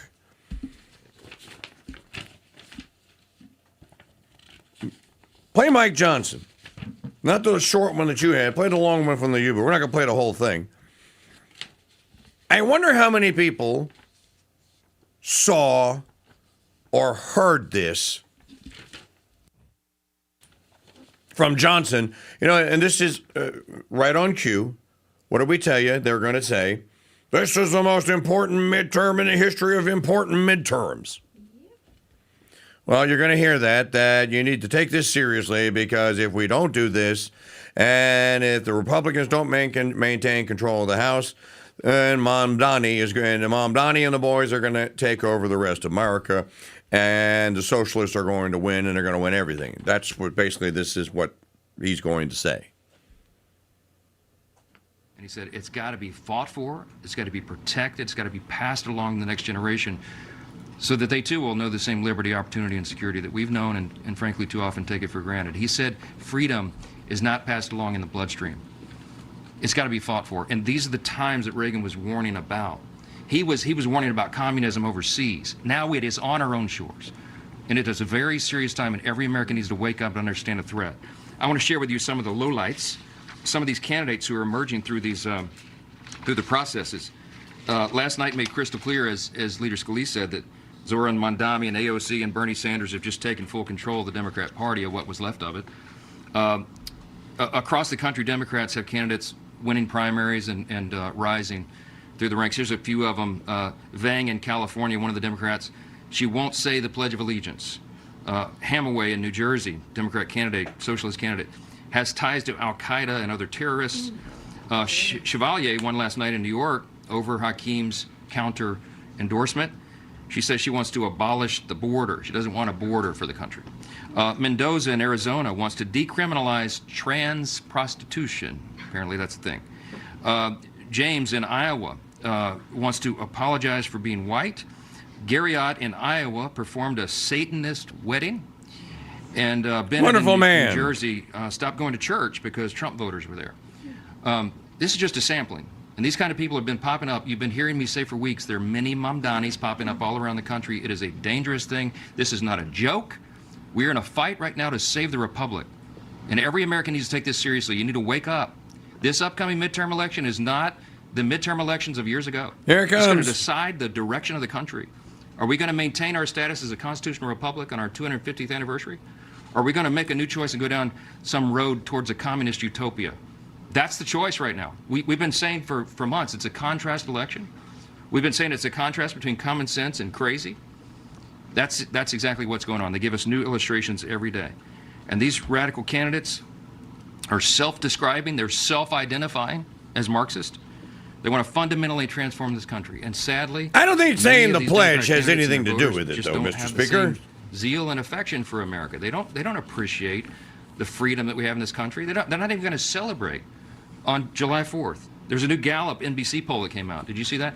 Only 29% of Democrat voters that they polled said they're proud to be an American. What happened to the Democrat Party? They compared the poll from just 20 years ago, where it was 90%, because that's where Republicans are, above 90%. 29%. Over half of Democrats now say they would rather live in another country. What a split screen we're seeing. Right now, we're triumphantly hosting the World Cup games all around the country. And we're seeing people from different countries come and get a little taste of America, a little taste of freedom, of our culture and our society, and they appreciate it so much more than these socialists running for Congress. Fans across the country are truly enjoying our world-class facilities and the incredible atmosphere on the field and off the field. Thanks to social media, we're seeing a lot of these. This has been encouraging to see. The visitors appreciate what we have. Dutch travelers are in all Buc-ee's. German players took a midnight trip to the Waffle House. It was the greatest thing they've ever seen. English fans are roaming the Everglades. Japanese tourists marveling over free chips and salsa at a Mexican restaurant in Texas. Don't forget your blessings. People from Europe and Latin America, many countries around the world, many of whom, here's the key, they grew up under repressive state-controlled economies. They've never known freedom. They've never known these kinds of things. And they're seeing them for themselves, the genius of America's system. A system that rewards risk takers and entrepreneurs and job creators and innovators and people who create jobs for others and expand the economy and opportunity and broaden the pathway out of poverty for more people. That's what the Republicans stand for. That's what French Hill fought for in the housing bill, to give more people a chance, to restore the American dream. That's what we promised to the voters, and that's what we are delivering. The irony. All right. Enough of the rah-rah. He's right about some of this stuff, though, and you know, you really can't appreciate supersized American culture until you have left America. They don't have bottomless coffee at Waffle Houses because they don't have Waffle Houses in France or in England.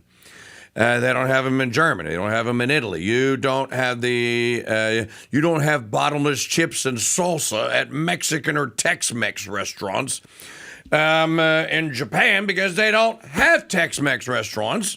And at the restaurants that they do have in Japan, you pretty much pay for everything that they serve. You know, now the thing of it is here in America is we bake all that into the price. That's all baked into the price. The guy that's running the Tex-Mex restaurant or Mexican restaurant or whatever is baked in that they are going to give away however many pounds tortilla chips and salsa every single day. They just add that to the cost, to what restaurateurs call food cost, and then they figure out and they factor that in, and then you ultimately get charged for it. It looks like you're getting it for free.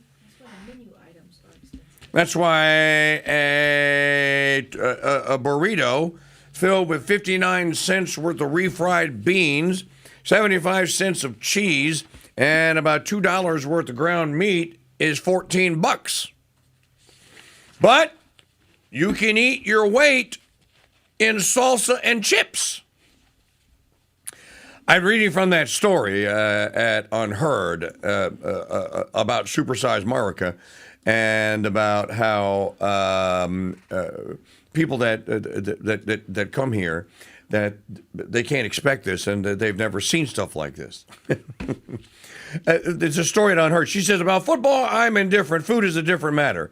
I lived in America for 13 months now, and I get it. In the first 5, I must have gained a stone. But what first shocks is a kind of scale. Here, soft drinks come in 48-ounce vats. Then there's the dizzying variety of American supermarket fare, the wall of powdered and boxed macaroni, the squirty cheese and aerosol cans, the cereal aisle with the dimensions of a municipal library. She's right. You could have a nervous breakdown in the cereal aisle. You know, and look, your children are raised in this environment,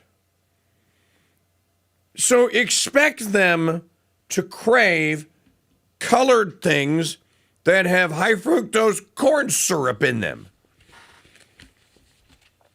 It's interesting to get a perspective from someone who wasn't born here, though. Here they sell pickles in buckets, as if for army bivouacs. White bread flavored like birthday cake.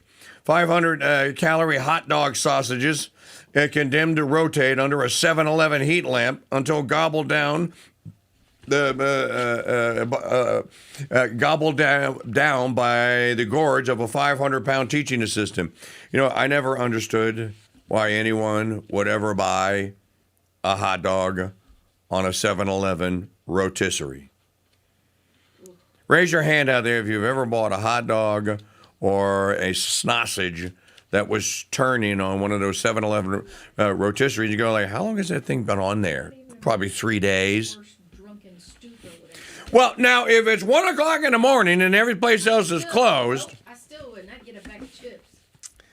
It can be scary, all this abundance, but what really unsettles us Latter-day settlers isn't the size, the processing, or even the mysterious abstraction in food marketing itself. What is a glacier-flavored Gatorade supposed to taste like, she asked. It's the sense of meanness it confers on us. Now, she's using meanness in the European sense, which means average. The austerity of continental Europe has for a long time been flatteringly repackaged as good taste. You know, I think that, okay, what she's talking about here,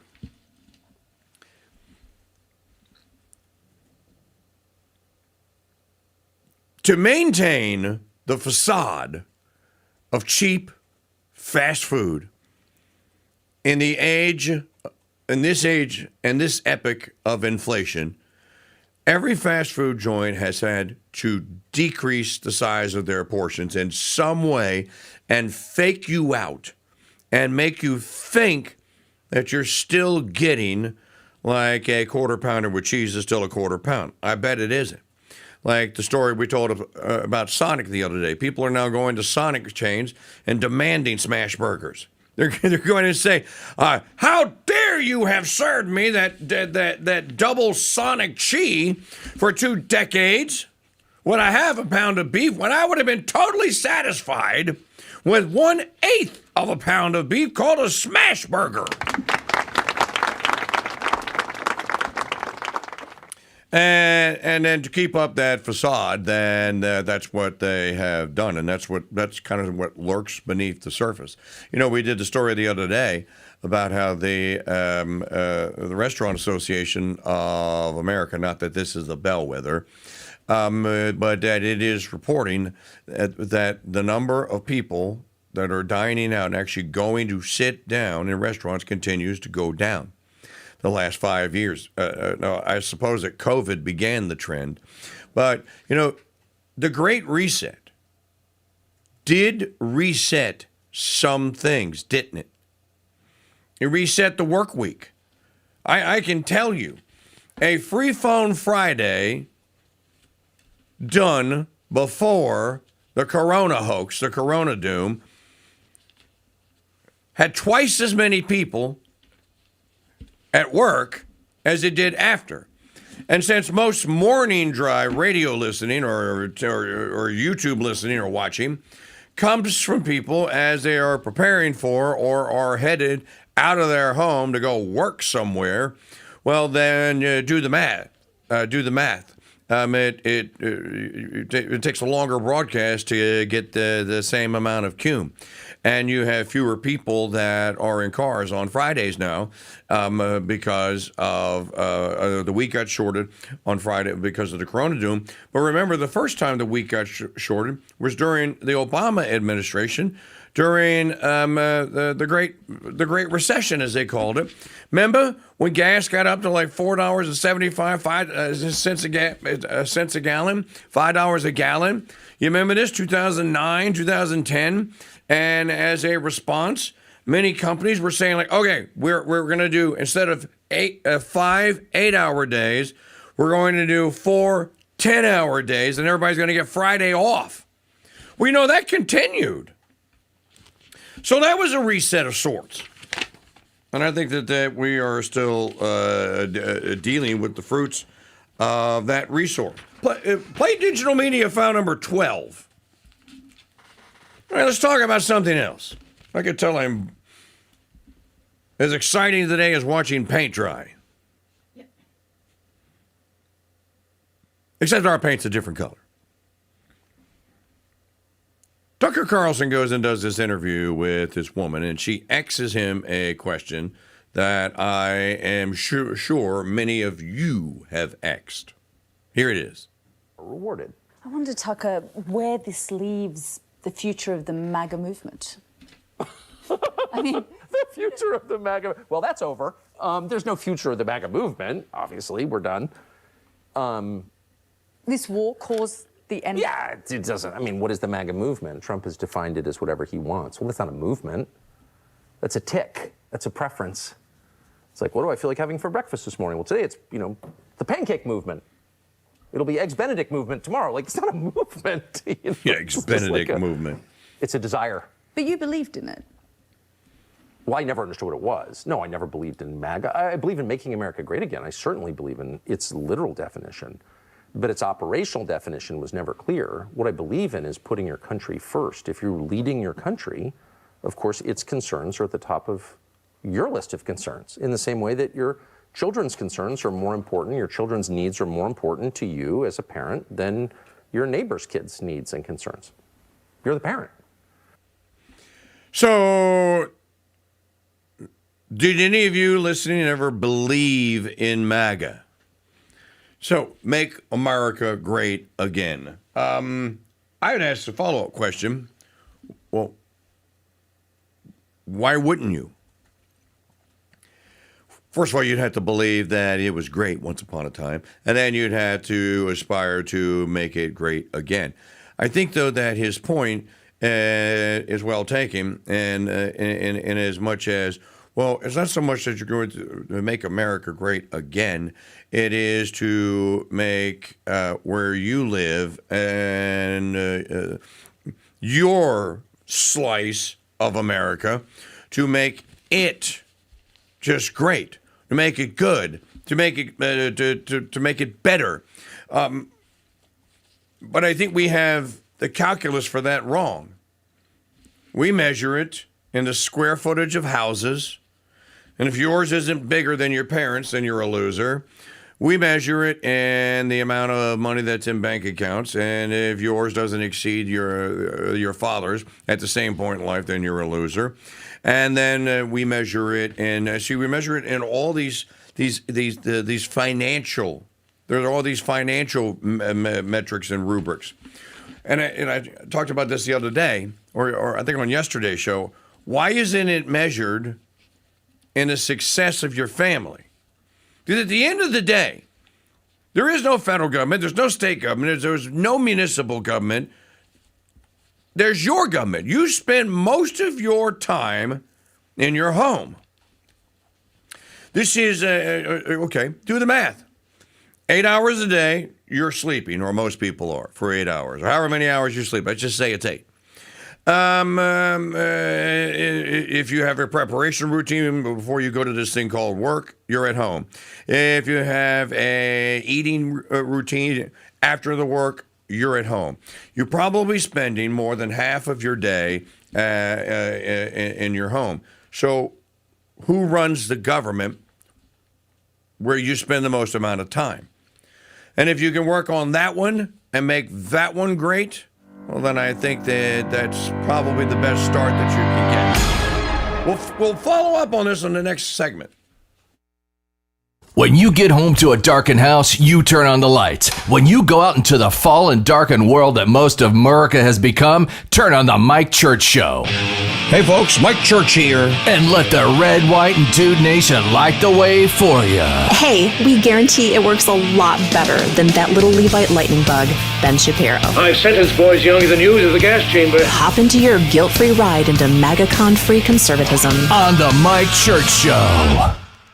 Hi folks, it's Mike Church, founder of Founding Father Films, asking you to learn the true stories of America's founding by purchasing my movie, The Road to Independence, the movie.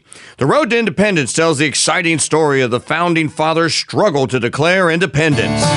John Adams and Thomas Paine were not exactly the best of friends, but as our timeline has shown us, when it came to the question of declaring independence, the two were soulmates. Now, let's travel to another colony where lifelong friends will work secretly to establish the legislative body that will declare our independence. This animated movie comes complete with collector's booklets, DTS surround sound, and are packed with hours of bonus features. Learn the true stories of America's founding and order Mike Church's The Road to Independence on DVD and CD. Available now at mikechurch.com/DVD and by calling 844-527-8723.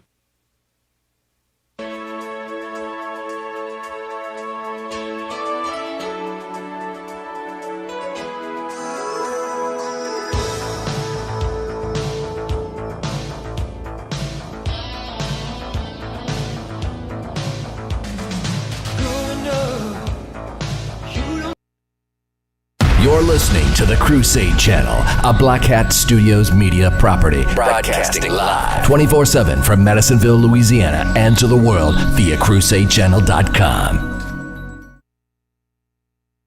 We don't know where the Ark of the Covenant is, but we do know that Mike Church will give you a chance to win his pound of gold. And all you have to do is listen for the golden sound of the day, weekday mornings at 6 a.m. on the Mike Church Show at MikeChurchShow.com and on YouTube at Real KingDude. Mike Church Show News. News you can trust. Because let's face it, the truth just sounds different, like a symphony of facts. And now, here's Janet Huxley. Hello, Red, White, and Dude Nation. Welcome to Thursday, June the 25th, 2026. I'm Janet Huxley at the Mike Church Show News Desk, live from the ranch in Kansas City. And this report is brought to you by the Golden Truth Ticket Sweepstakes. Get your Gold Fruit tickets today at winapoundofgold.com. Here's what to listen for this hour. Trump's Senate meeting explodes into a shouting match over Iran. Federal judge blocks Trump from implementing proof of citizenship requirement to vote. Foreign policy experts advising the Trump administration to continue to carefully watch Iran's behavior over its proxy Hezbollah. Saturn's icy moon, ideal place to settle and establish a rest for trips into deep space. And California's tech exodus 2.0 means wealth flight to Florida. President Donald Trump's meeting with Senate Republicans might have been meant to find a way to pass voter ID and citizenship verification legislation, but it devolved into a tense shouting match over the war in Iran. Trump described the closed-door affair in a positive light afterward. I think we had a really great meeting and we're very proud of the party, he said. We like our leader. We like everybody really in the room. I don't like a few people, but that's okay. I think you know who they are. What started as a push to pass Safeguarding American Voter Eligibility, or Save America Act, transformed into Trump railing, and a source familiar with the meeting said Trump was very animated. A federal judge has blocked the Trump administration from enforcing part of an executive order he signed last year that would require proof of citizenship to vote in elections. In an order issued yesterday, Judge Denise J. Casper of the U.S. District Court for the District of Massachusetts wrote that federal law and the Constitution do not give power to a president to manage elections. Earlier yesterday, he canceled the expected signing of a bipartisan housing bill. Writing on Truth Social, he'll not sign the bill until Congress passes the Save America Act, which would require proof of citizenship as a requirement for voting in federal elections. Responding to the president's decision not to sign the housing legislation, House Speaker Mike Johnson told reporters he would attempt to push the Save America Act through a third budget reconciliation bill. Foreign policy experts are advising the Trump administration to continue to carefully watch Iran's behavior over its terror proxy Hezbollah. The importance of Hezbollah to the Tehran regime is clear in the comprehensive U.S.-Iran Memorandum of Understanding. While the agreement does not mention the group by name, Clause 1 of the 14-point MOU calls for the permanent termination of military operations on all fronts, including the cessation of conflict in Lebanon. Lisa Daftari, editor-in-chief, told Fox News, Hezbollah isn't just the Iranian proxy, it's the crown jewel of the regime's forward defense. Our quote of the day: pray, hope, and don't worry, Padre Pio. Coming up, a look at more headlines. You're listening to The Mike Church Show in the Red, White, and Dude Nation. Membership has its privileges. American Express was right back in the 1970s. Membership has its privileges. And no membership privilege is greater to a Red, White, and Dude Nation listener than membership in the elite membership club that is the Dude Number. Here's Lee to tell you how to get yours. That's right, King Dude. Membership does have its privileges. And when it comes to the Dude Number, applying for membership has never been easier. Just head to mikechurch.com/dude to start the membership process. Your unique and one-of-a-kind membership and all the privileges that come with it awaits you. As a member, you'll enjoy private chat groups, VIP privileges to all Mike Church Show events, early access to new Dude-geared store items, and of course, your unique Dude Number. Dude 1210 reporting all quiet on the Eastern Front. This is Mike's favorite punching bag, Dude number 13. Hi, this is Steve. My Dude Number is 2112. Dude number 2004, proud member of the Red, White, and Dude Nation, reporting for duty. Become a part of something bigger than any talk show there is and apply for your Dude Number today at mikechurch.com/dude. Membership has its privileges. Check out today's Saint and the Saint of the Day podcast, From the Slaves to the Immaculate Heart Sisters, by listening or downloading at crusadechannel.com/saint. Now a look at more lifestyle headlines. Scientists claim that the abundant resources on Saturn's largest moon could make it the ideal place to establish an interplanetary pit stop for astronauts embarking on deep space voyages. This somewhat out there proposal was floated in a NASA-backed study that's currently under review for publication in Acta Astronautica. Titan is gushing with hydrocarbons, what we call oil and natural gas on Earth. The study's head author, Connor Nixon, an astronomer with the Goddard Space Flight Center, told Universe Today. Indeed, the massive moon, which is about 50% wider than Earth's own rocky satellite, has many attributes that will make it seemingly appealing as a cosmic stopover. It's the only body beyond Earth to have a dense, nitrogen-rich atmosphere, as well as rivers, lakes, and seas filled with methane and ethane, potential precursors to life. Nixon and his team explored the potential uses for these vast reservoirs of hydrocarbon, concluding that Titan is potentially viable as a home base. Coincidentally, Earth's moon, which NASA said we could start building a base on as early as 2027, features a far lesser supply of hydrocarbons such as methane, according to Futurism. With OpenAI quietly filing for a confidential IPO alongside market debuts from aerospace giant SpaceX and AI rival Anthropic, billions of dollars in overnight liquidity are about to be unlocked for executives and middle management alike, but instead of reinvesting in the Golden State, this incoming class of newly minted tech millionaires is flooding to Florida. At least that's what real estate brokers are saying. They're saying this is triggering what experts say could be a rapid-fire tech exodus 2.0, measured in months, not years. The California area codes have already started showing up, according to Fort Lauderdale Downtown Development Authority CEO and President Jenny Morajon to Fox News. It's just that conversations are evolving, she said. How can you even compare between living in Miami and Silicon Valley? I'm Janet Huxley for The Mike Church Show in the Red, White, and Dude Nation, because ethics in broadcasting matters. I think I'll go to sleep and dream about piles of gold getting bigger and bigger and bigger. Here's a piles and piles of gold fun fact. In 1971, if D.B. Cooper had jumped out of an airplane with $200,000 worth of gold instead of U.S. currency, he would have $25.4 million in gold bullion today. Now, we don't know where D.B. Cooper's money is, but we do know that Mike Church has 1 troy pound of gold in his safe and that he's going to give it away on July 2nd. And you don't have to jump out of an airplane to win it. Win Mike Church's Pound of Gold. Tickets on sale now exclusively at winapoundofgold.com. DB Cooper and Cocaine Bear parachutes sold separately. What caller number were we supposed to take? Caller number 7. This is Mike's favorite bunting bag, Dude, number 13.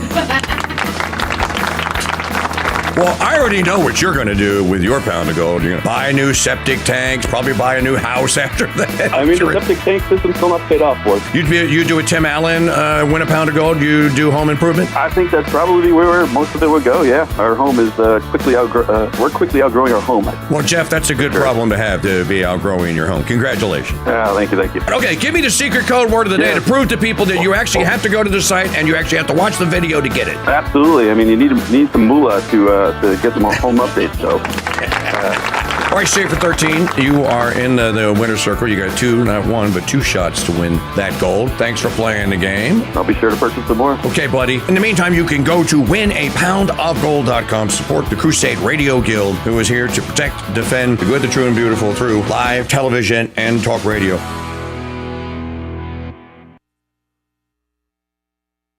If women living near rivers and taking the pill turns the frickin' frogs gay, imagine what happens to men on the same river who don't listen to Mike Church. I'm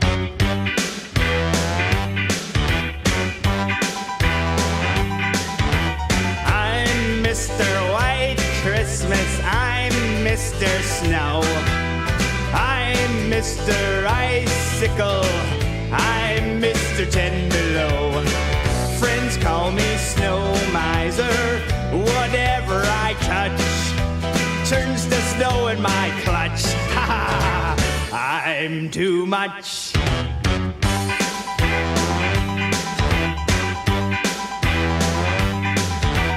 Please, Mr. White Christmas. Some people are probably going like, is this a repeat? Is this from December? No.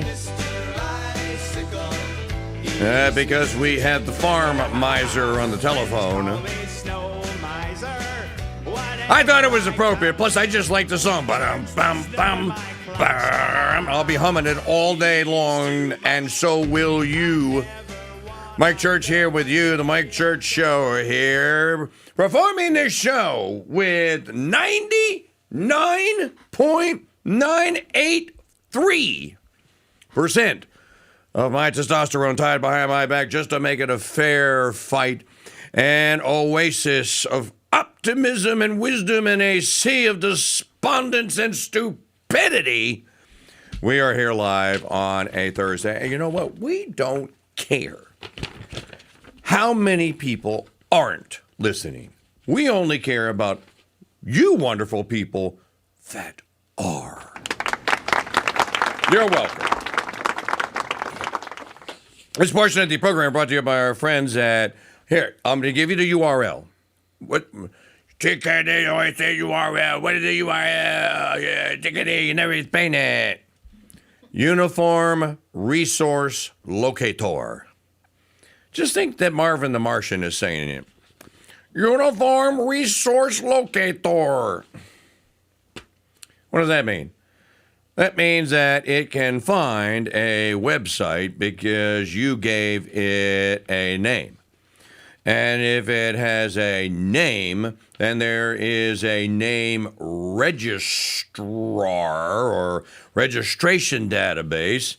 Then the Uniform Resource Locator goes, hey, Llama, You know, you got a guy named winapoundofgold.com over there? And then the llama goes like, hold on, Cinderella boy, I'm looking to the chart, looking to the database. Yeah, I've got to win a pound of gold right here. Head it over to IP 192.1.1. So the URL is mikechurch.com/gold. Our friends at Revelation Gold Group. We had Lath on the program last Friday, and he talked a little bit about gold and the fulfillment of physical gold. I know many of you have been doing some business with Andy Scheckman and Miles Franklin, and I'm not telling you to stop, but if you are ambivalent about where you get your gold, our current gold Mike Church Show official gold sponsor is Revelation Gold Group. And yes, they have a site, but to make it easier for you to get to their site and my landing page, which they made for me, thank you very much, just go to mikechurch.com/gold. And hopefully the idiot that put the forward in there, the 301, did it correctly, and it will send you to my homepage. And then they sell gold IRAs. Name your precious metal-based product, but they really specialize in consulting with people and talking with people and encouraging them to take physical possession of the gold and silver. Not to take it in credits or in the deposit funds like a lot of people do, but to actually have the metal on hand. And I think that's a big difference, and it's a good thing. So visit them today. Revelation Gold Group, good people, sponsors of the contest. They're the ones that are going to deliver you the gold. If you win my pound of gold next Thursday, it will come from Revelation Gold Group. And a plain brown box, but it will come from them. So visit them today. Consider doing business with them. Don't forget to check out and learn about a gold IRA, something that I am actually looking into. And you can too. MikeChurch.com/gold. What is this old curmudgeon on the telephone at 844-527-8723? The farm miser. Yes, Mr. Monday, Mrs. O'Connell was nice and cheery and happily answered your call and said, thank you for calling the Mike Church Show. How may I help you? And you said, you pulled an Eeyore on her. You went Jeff Johnson on her. And you went, it's all bad. And she goes, hi, Mr. Monday, because I heard it on the speakerphone. And she goes, how are you? And you go, bad. Some good, some bad. That is not what I said. You said bad. I said good and bad. Oh, I was very even-handed, and thought that I was being honest. I'll try not to be honest anymore. I don't know. Yeah, come on, dude. Learn the art of. I'm glad I'm going to be in your head the rest of the day, Mr. Heat Miser.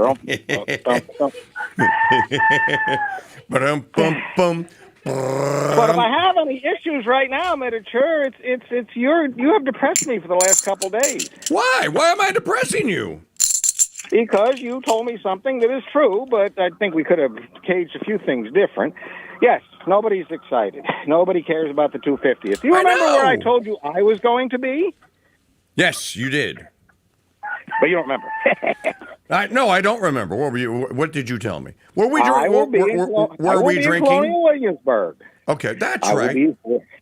We'll be there tomorrow. I have been there for the 300th anniversary of the city. I was there for the 75th anniversary of the restoration. I was there for the 400th anniversary of Jamestown, and I will be there for the 250 for the country. Well, there you go. Just like I'm always where you are. You know, I always show up. Are you going to be dressed up in an Uncle Sam suit? No, you don't dress as Uncle Sam there. I will have my tricorn on, yes. And I will personally be speaking with my good friend Mr. Henry and the young Mr. Jefferson, since the old one retired, and Colonel Washington, who last time I was down there, we discussed farming. But... Now, these are members of the House of Burgesses. At the time, yes. Yes. That's why it's still Colonel Washington. Mr. Madison will be there. A number of them will be there. Did you know...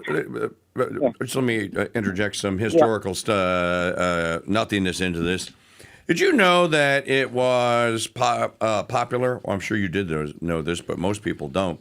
It was popular among the Virginia gentry, as we can refer to them today, to assign the honorary term colonel to men who never had any military service or experience whatsoever. For example, Patrick Henry called George Mason Colonel Mason. But Mason never served. He wasn't even in the militia. No, I did not know that. I mean, Washington was colonel at the time. He was a colonel. Yeah, so he was a commission in the militia. As much as he wanted to be commissioned in the British Army, they would not give that to him, which only made him even more what's the right word? Man, dude, favorable that rooster. Separation. And it was Governor Clinton you were trying to think of the other hour there in New York. The problem, literature, and we can go, we haven't discussed it, that we go all over, the different reasons and why we are where we are and why we're electing socialists and why everybody hates Trump and why we hate Israel, all these different things. Let me give you an anecdote, of which I can give you hundreds, but let me give you an anecdote of one of my employees. Okay. The other day, a few weeks ago, oh, shut up. He's trying to talk over there. He came in, he was all fidgety. I said, what's the matter? He said, oh, my sister, my aunt, or cousin, whoever made him this great pasta dish for lunch, and he forgot it. He was fidgety all morning. And finally said, Dan, can I run home and get that? And I said, okay, run home and get that. Before you go. I said, how far does it go? She said, about 15 miles. So I said, okay, 15 miles there, 15 miles back.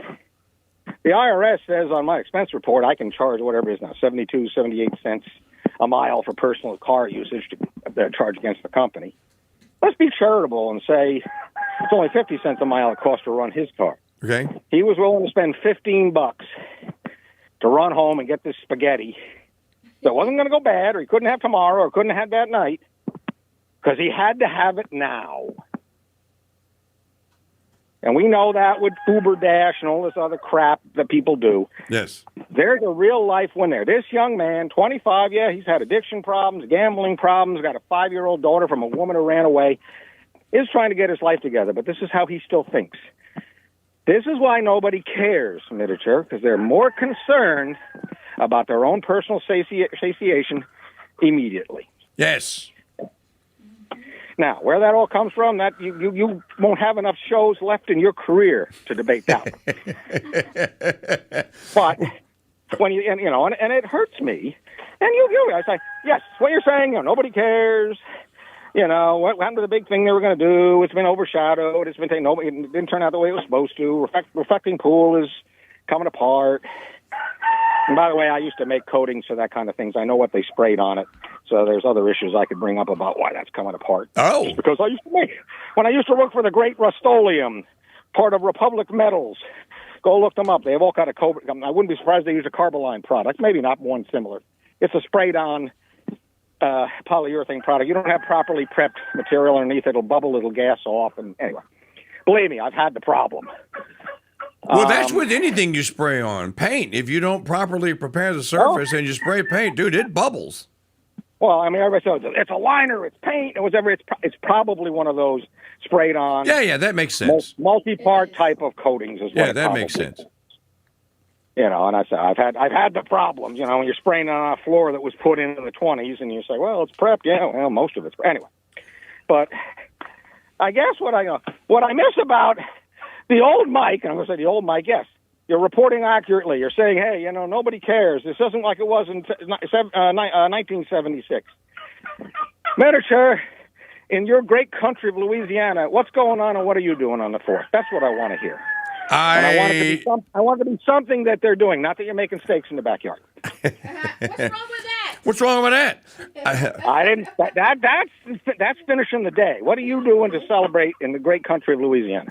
Giving a pound of gold away. Yeah, that's the day before. I don't have my plans yet. They're still formulating. Okay. All right. But I mean, I would assume and hope that you're something has got to be going on there that's good and local and that you could participate in, whether it's a parade. Let me tell you, the last time that, well, they are having a big hoop-de-doo on the river in Madisonville, so that is an option. Let me tell you that the last time, and David Simpson and I did this two years in a row, and it didn't matter how many people we told we were going to go do it, and how many people on Facebook said, "Oh, come do it." Da, da, da. His brother Robert died about 4 years ago, but it was me and David and Robert Simpson, and Robert would show up in his kilt, dressed as a Scottish Highlander, and I would wear my Constitution polo shirt or whatever. And then David would wear whatever, and we would take turns reading the clauses of the Declaration of Independence. We'd skip the causes, not the clauses. We'd skip the causes, the list of tyrannies, but we'd read all the other ones. And Mitter Monday, nobody showed up. It was me, Robert, David, and Dan Cobb, who you know. So we stopped doing it because of the apathy. Now, this was probably 15 years ago. I would say that the last time we did it was probably 2011 or 2012. And I think that all of that kind of patriotic fervor has withered on the vine because there is such there's such apathy out there. And I don't have a cure for apathy. I can sit here and I can say, I'm going to start telling you today that since today is June the 25th. You have to put him back on, don't you? Since today is June the 25th, today is the day that, I'm sure you know this history. It's in my movies. Today is the day that Ben Franklin and John Adams would go to the apartment of Thomas Jefferson and would read Jefferson's rough draft of the Declaration of Independence. And it happened on June the 25th, 1776, true story. And Jefferson's apartment was, well, you and I have been there. They still have the inn there. It's across the street from where the inn is. When we all met in... Oh, yeah. For the cigar, for my people smoke. Yeah. So it was 2017, or I think it was 2017. So we remember we had lunch at the tavern. Junk Bond was with us. I think Joe Beeman came. I think Jeff Johnson might have come for that. And then right across the street was Jefferson's apartment. And this is where Adams and Jefferson read it, and Adams is so excited he can't believe it. He sits there and he transcribes a copy by hand so he can send it to Abigail. And then Ben Franklin sits there and goes, "Oh, I wouldn't say that. I'd change that to this. Or I wouldn't say that. I'd say sacred and undeniable instead of we hold these truths to be self-evident." Jefferson and George Mason had said sacred and undeniable. Franklin said you should say we hold these truths to be self-evident, and they would make the edits. So it's a very important day in American history here. Now I can tell that story, and I just did. Is anyone listening right now that is excited about hearing that story that you did not know? And I think almost all of you are sitting on your hands out there in your curmudgeonly ways and going, "No, I don't care." Mitter Monday, I don't know how to fix that. I don't either. If you remember, Mitchell, one of the first times I met you, it was down at Bulldog Tea, I gave you a thumb drive. You did. And on it was a video of the 4th of July float I made that year for the kids. Remember, I stole shamelessly from your movies, music, and the whole bit. And I had them play the characters, and I had them read quotations. You got to do your part. I don't know how much of it ever stuck. Don't see these kids anymore. It's 15 years ago. True. I can only hope a little bit did. No, I think, and I hope a little bit of it did as well. And there are restoration efforts that are going on in some of the states. There's one going on here. I know, Ross McKnight is leading the Nouvelle Vendée and the La Louisiane de Nouvelle de Vendée. There are movements in Texas. There are secession movements in Alaska and in Illinois and in Michigan and in California and in Vermont and in New York. So I think some of that spirit is alive. And you're right. We should focus and we should call attention to that. Yeah, we need the good and the bad, but we should end on the good.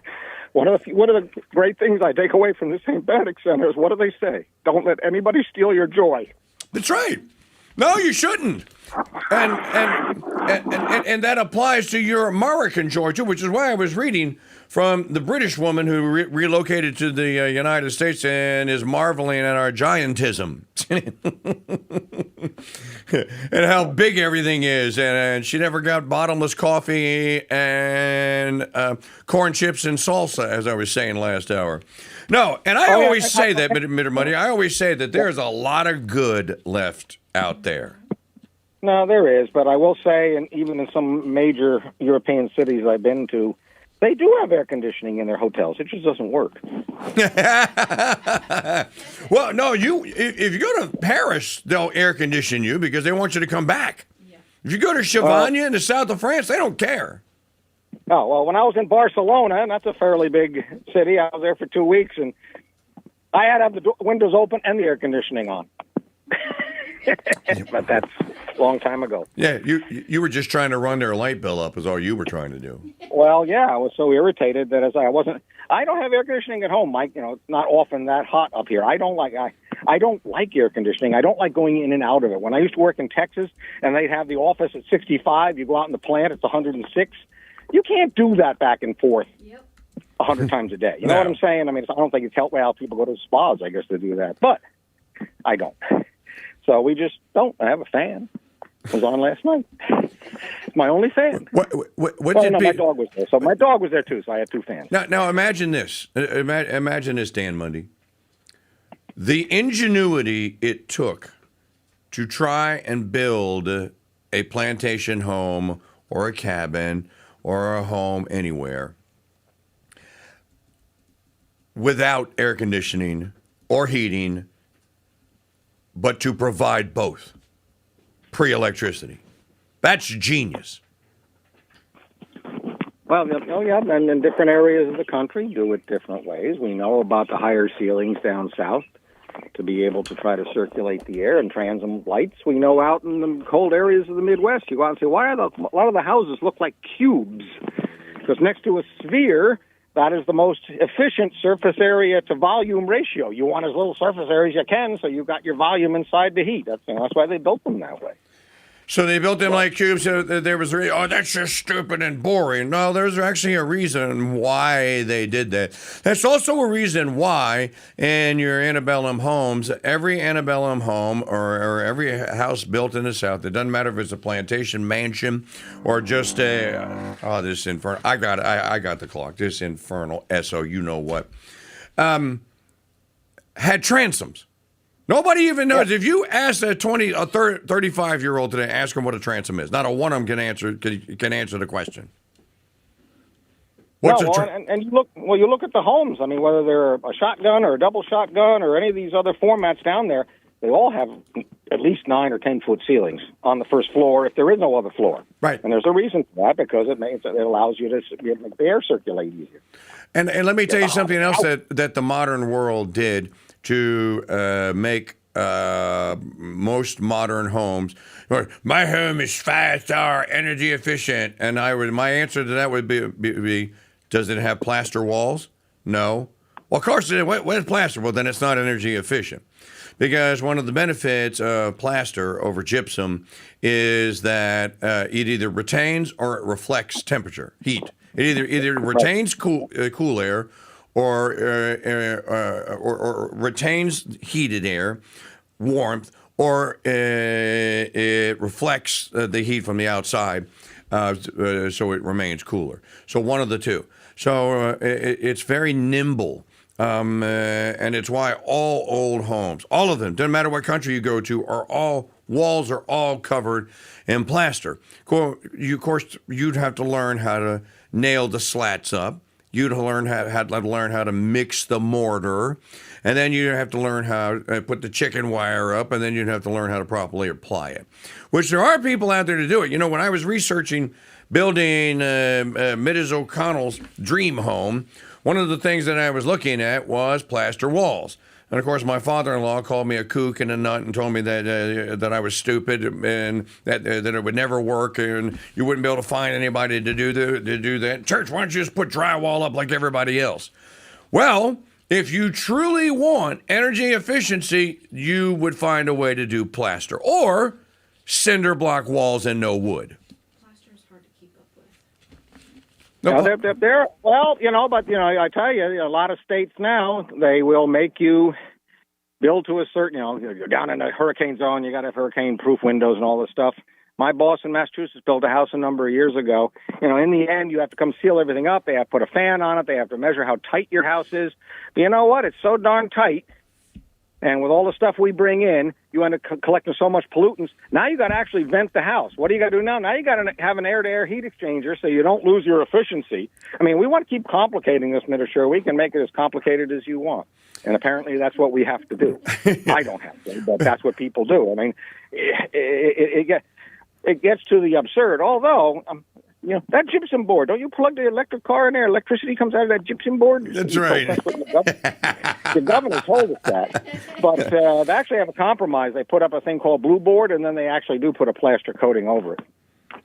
There is I don't know its energy efficiency, but there is a compromise if you want true look of plaster wall. Well, Sister Maria Filomena's father, David, told me that the new thing that the cool kids with the pumped up kicks are now doing is walls made with bales of straw.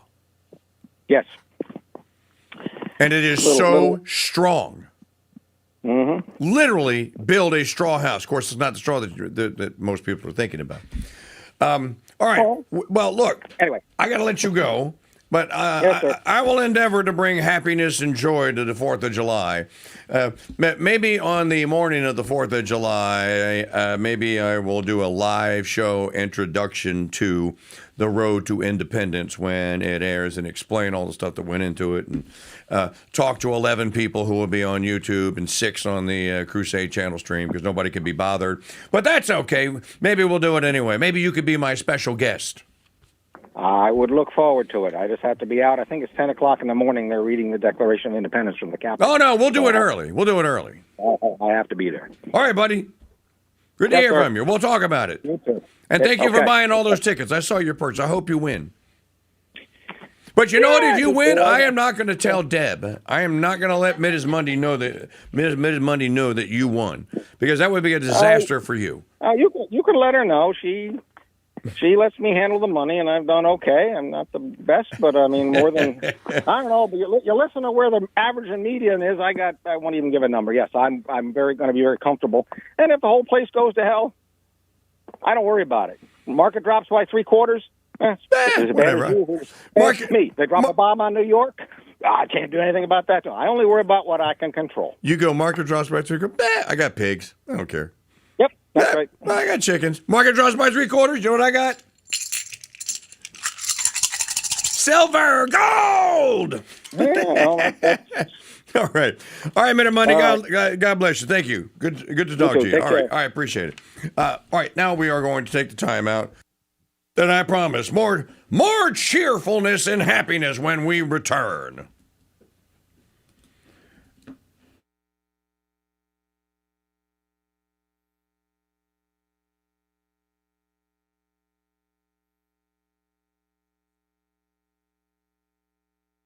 Thomas Massey canceled, but we do know there's a pound of gold in Mike Church's studio, and all you have to do to win it is listen for the golden sound of the day. Weekday mornings at 6 a.m. on The Mike Church Show at MikeChurchShow.com and on YouTube at Real King Dude. Hello, Red, White, and Dude Nation. I'm Janet Huxley at the Mike Church Show News Desk with your crucials for Thursday, June the 25th, 2026. This report is brought to you by the Golden Truth Ticket Sweepstakes. Get your Gold Fruit tickets today at winapoundofgold.com.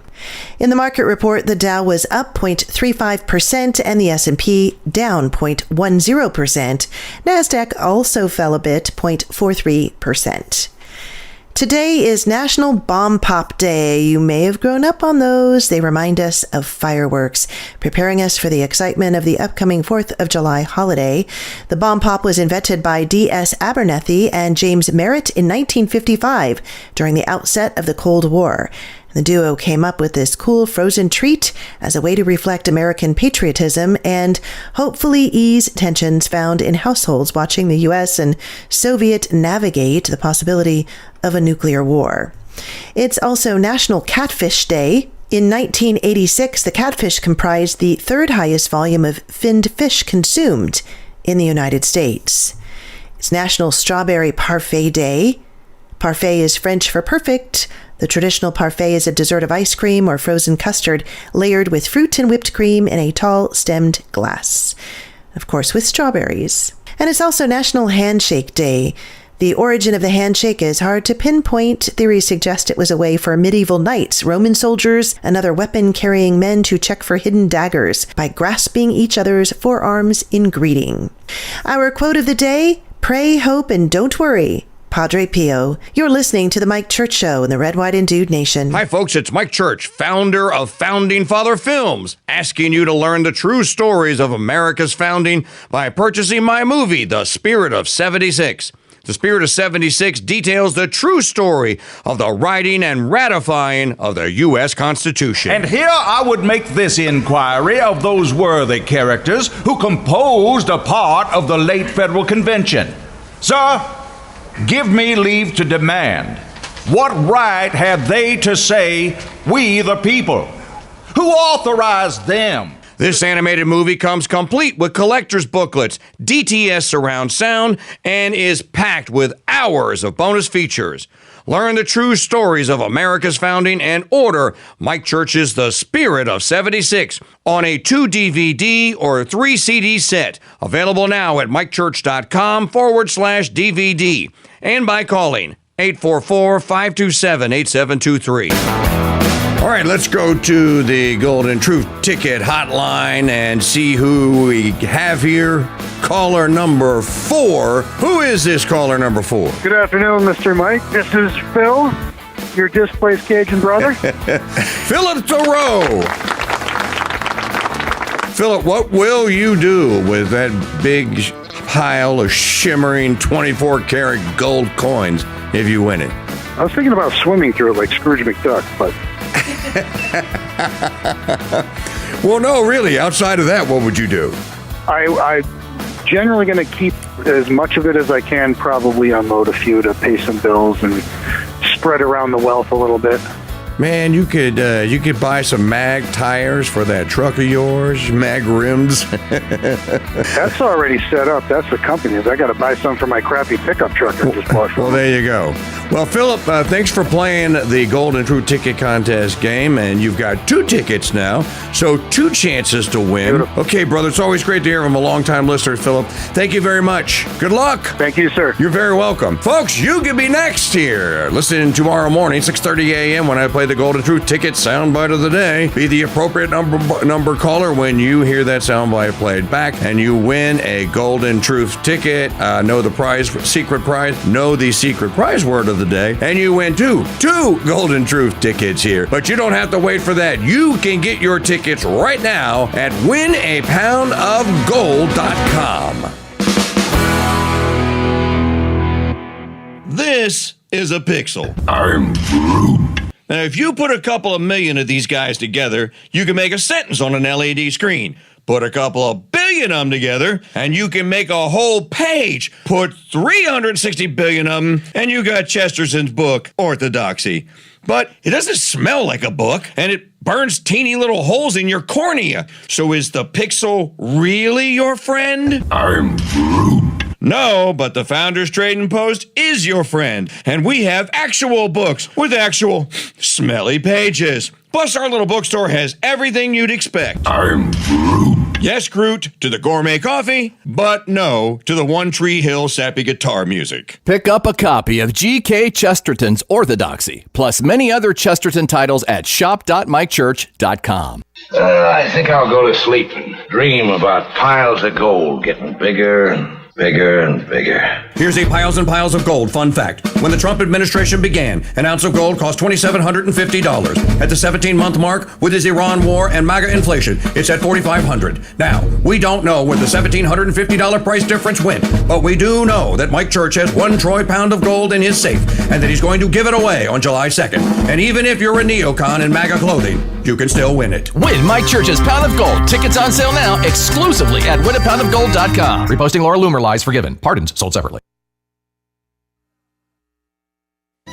Most Crusade Channel wannabes only get the mission half right. Men, you are about to embark on a great crusade to stamp out runaway decency in the West. So why settle for half-baked radio hacks crusading in mono when you can get the real deal on the Mike Church Show? Now go do that voodoo that you do so well. In stereo. The Mike Church Show's Great Crusade is on the Veritas Radio Network's Crusade.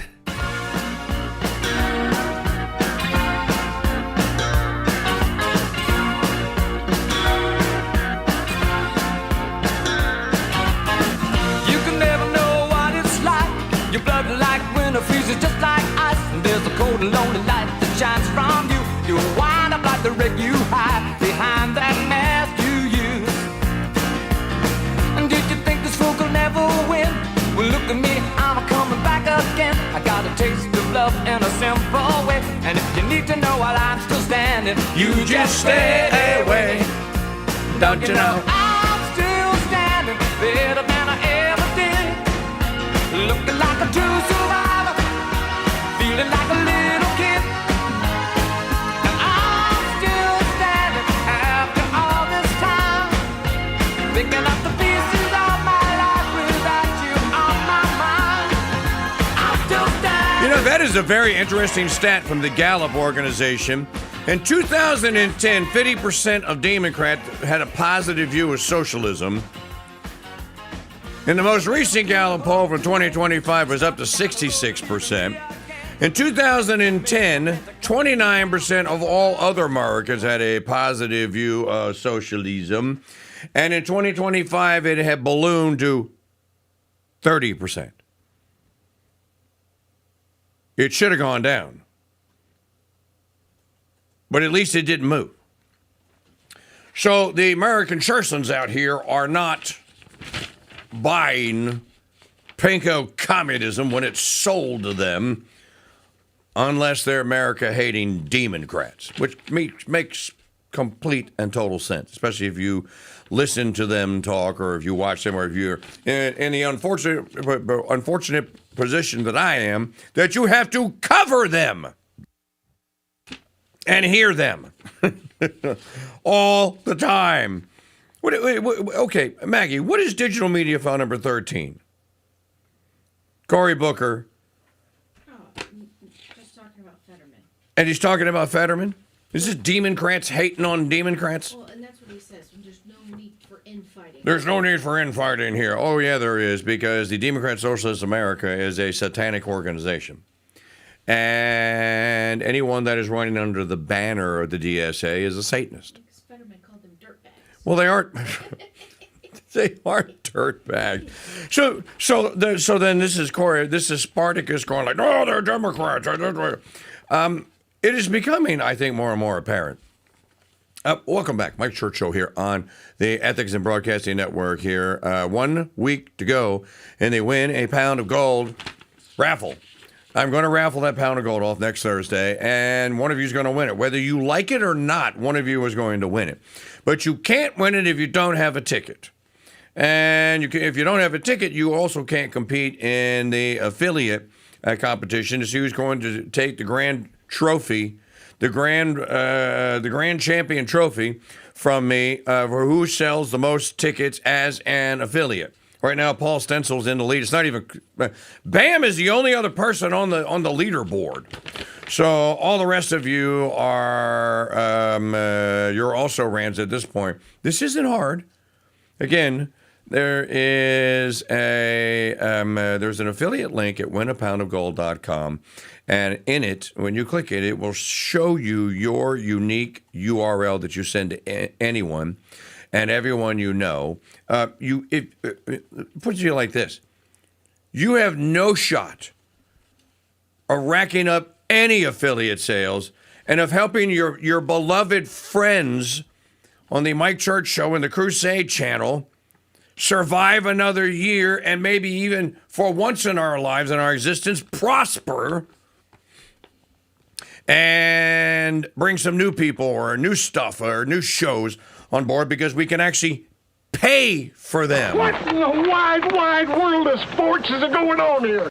But if you're asking that question and you're not doing anything about it, if you haven't sent the link out, if you haven't even tried, well, then there is no chance. There's absolutely no chance. I meant to actually hit 0.0. And I can't make you do it. All I can do is try and encourage you and tell you that it is a great, neighborly, wonderful, charitable thing to do.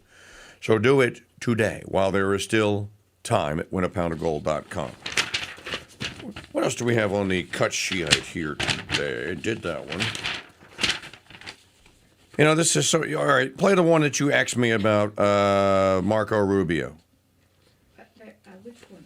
Okay, so the one where he's talking about, where Tracksuit Marco was talking about the Strait of Hormuz. And I think it's number 10. He was in Kuwait. Yeah, he's in Kuwait. He's asked about the Iranians and the Strait of Hormuz. And he gives this answer, which to me, I'm like, do you know anything actually about statecraft? Or do you just like play a Secretary of State on the radio or on TV like I do? For us are important to point out now that will never be acceptable. The first is the Straits of Hormuz are international waters. International waterways do not belong to any nation state. This is a foundational principle in the world today, without which the world would be in total chaos. If in fact we accepted that you can charge money to use an international waterway because it happens to be near your territorial space, well then this would spread throughout the world like a contagion. If in fact there is now a straits that one country can, or two countries can, or whatever any countries decide they want to charge money for its use, what is going to stop every country in the world near a waterway from imposing the same? And then we're going to have chaos. So that is unacceptable. The United States of America, little Marco, claims American territorial waters extend 12 nautical miles from American land. Now, why do I bring that up? Coastal Louisiana, our territorial waters extend 12 nautical miles from Grand Isle, Louisiana, for example. Or if you're in Texas, from Beaumont or Corpus Christi. If you're in South Carolina, from Kiowa Island, for example. Or if you're in North Carolina, Nags Head. If you're in Florida, from Cape Canaveral or Cape Kennedy or South Beach. You get the picture. 12 nautical miles. How wide is the Strait of Hormuz, pray tell? Anybody want to take a shot at it? Anybody? Bueller. The widest part of the Strait of Hormuz is 24 standard miles. Not nautical miles, 24 miles. It's about how the distance between Mandeville, Louisiana, and Metairie, Louisiana, where Lake Pontchartrain is, or across Lake Pontchartrain. Did you know that St. Tammany Parish, which is where I'm at right now, the north shore of Lake Pontchartrain, claims territorial water 12 miles out into Lake Pontchartrain? Did you know that Jefferson Parish, which is where the southern part of the Great Causeway is connected to, the Metairie, Louisiana, and in Jefferson Parish claims 12 miles of parish territorial water. There's a sign on the causeway. You're driving, you go like, wait, you can't have a border on a waterway. You absolutely can. My point is, well, how come the Iranians don't get to claim that it is Iranian territorial water 12 nautical miles from where the land of Iran ends out into the Persian Gulf? Wouldn't that make sense? Would also make sense that Dubai, which is on the opposite coast, the United Arab Emirates, would also claim 12 nautical miles. That about wipes out the Strait of Hormuz, meaning there is no international water. Now, is it possible that you could cross your super tanker on the United Arab Emirates or Dubai side of the Strait of Hormuz? I'm not a nautical man, and I don't do a sailing vessel, so I don't know. I don't know, but I do know that because of the depth of the Persian Gulf right there, it is preferable that you cross nearer to Iran. I just know that. I mean, when the whole thing came up on March the 1st, when we did our first show on March the 3rd, we played you the guy. Remember the guy talking about the Strait of Hormuz and showing the map of where you go, or where the ships go, and they pass on the Iranian side. So I don't know what he's talking about. This is more American brinksmanship. That we own land and that the world owns territorial waters.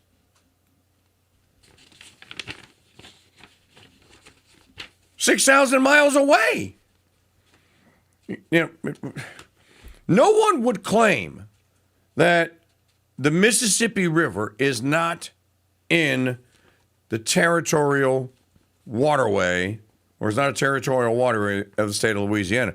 But you know, interestingly enough, if you cross the Mississippi River Bridge and you get halfway across, there's a sign there that tells you you're leaving Jefferson Parish or Orleans Parish and you're entering, what is that parish on? So on the West Bank, it wouldn't matter because that still is, no, it's not Orleans. It is, what is it? It's not Terrebonne either. What parish is that? In any event, there's a sign there. The point is that waterways have boundaries. And I'm pretty sure that the international standard is 12 nautical miles. Well, if it's 12 nautical miles, well, then the Iranians absolutely have territorial waters. This is you listen here, we's America. St. James, St. Charles, Jefferson, Orleans, and Plaquemines. Okay, St. James Parish would be what they call the Sunshine Bridge, I would think. That's the one that crosses in Convent, Louisiana. Or Donaldsonville, Louisiana. It crosses in Convent, winds up in Donaldsonville. Here in Louisiana, we are very familiar with waterways. And with territorial waterway. Hey, here's another one. I'll give you another one, little Marco. Pantsuit Marco. All of you truckers, if you've ever traveled east to west on I-10 from Louisiana to Mississippi, or parts thereof, then you know this. You've seen the sign.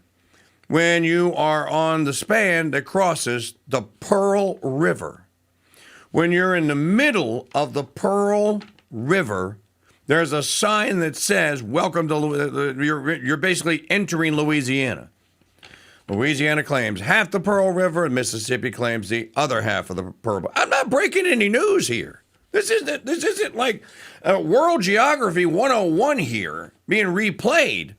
You know that there is, I just think this is just simply stunning that you go and make these fatuous claims.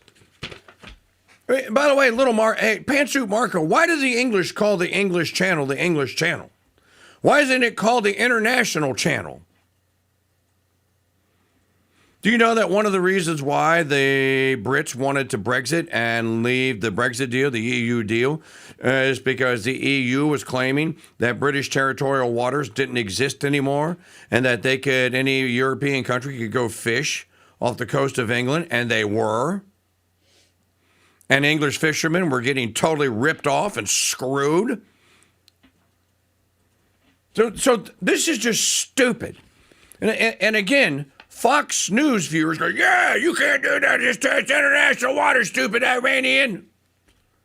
Actually, the Iranians have every right, and as I pointed out, commensurately, so do the Arabians and the Emiratis have every right to claim territorial water in the Persian Gulf. I think that part of Kuwait, touches the Persian Gulf. They would have territorial waters. Why are we even talking about this? Because we's American, we own everything. Well, no, I hope it was a good cold glass of milk. Because it isn't. All right. Tonight, we are going to do, on Thursday Night Throwdown, I'm calling it American Patriot Trivia Night. And then, of course, I get all of the usual suspect nabobbers in there demanding that I define patriot. Make me. Sue me. It's whatever I say is a patriot trivia question. So, here, I'll give you one. Name the 5 guys on the Committee of 5 who wrote the Declaration of Independence. Don't look it up. Don't Google it. This sounds like a history class. Wait, I said trivia. I mean, this is basically American Patriot trivia. So it would be a question like that. And if you don't like it and you don't want to play the game, then don't come. I have to. Not you. What is O'Connell plays? What else do we have here today? Trump opens Great American State Fair celebrating nation's 250th birthday from the Epic Times. Well, there's a celebration Monday. See? U.S. to finance 10 nuclear reactors with $17.5 billion in loans. The Trump administration will provide funding to help rebuild the U.S. commercial nuclear supply. Yes, I know it's nuclear. Nuclear, that's how George W. Bush used to say it, nuclear. I'm like, you mean nuclear? That's what I said, nuclear. No, you said nuclear. No, I said nuclear. Nuclear. Right, nuclear. That's what I said, nuclear. The U.S. commercial nuclear supply chain, the Department of Energy announced on June the 23rd, to carry out Trump's May 2025 executive order reinvigorating the nuclear industrial base. The Department of Energy's Finance Office has launched a $17.5 billion loan program. Where'd they get it from? Can you tell me where the Energy Department got $17.5 billion of mine and your money to loan out? It doesn't have a J-O-B. The Department of Energy does not have a J-O-B that I know of. The funds will reduce construction costs. No, they will subsidize. No. They will not reduce construction costs. They will subsidize construction costs. Well, what if I don't want to pay for a nuclear power plant being built in Kansas with my Louisiana taxes? Again, seceded counties of America. Who's going to become a charter member? All 5 projects plan to use Westinghouse's AP1000 reactor, a 1.1 gigawatt design capable of powering more than 800,000 homes. Well, really, the operative question is how many of Howard Lutnick's AI and Kevin O'Leary's AI data centers is it going to power? That's what they're really doing with this. telling the AI people, don't worry about it, we got it. Well, we'll just subsidize it and you just build a nuclear power plant.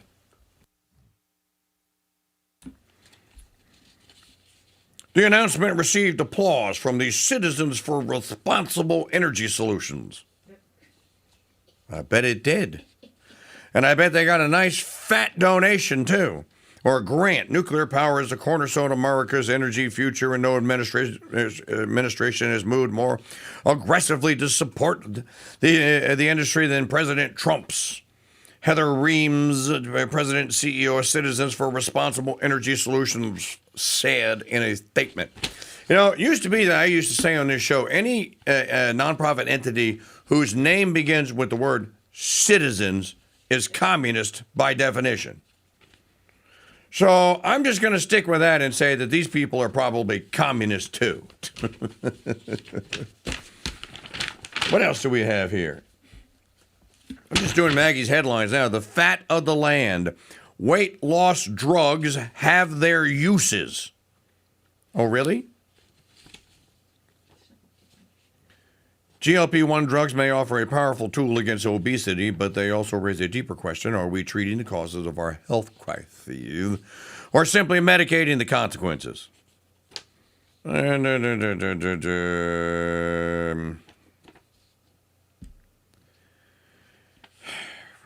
I'm just skimming through this because I didn't read it beforehand.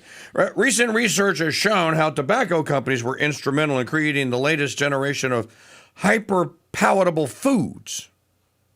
Foods that were specifically designed to be as addictive as nicotine. Companies like Philip Morris, the conglomerate behind Marlboro, used decades of expertise in hooking consumers on cigarettes, especially teenagers, to create a whole new market of captive eaters for life. Once you pop, you just can't stop. It's not just a slogan. It was a statement of intent for an entire industry.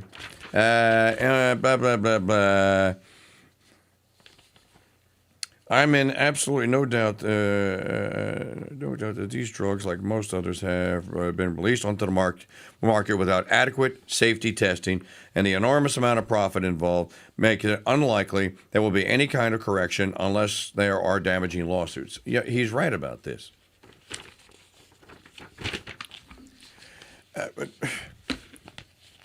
You're in a giant fleece game here. It's just a giant casino. And all of us are the people that mop the floors.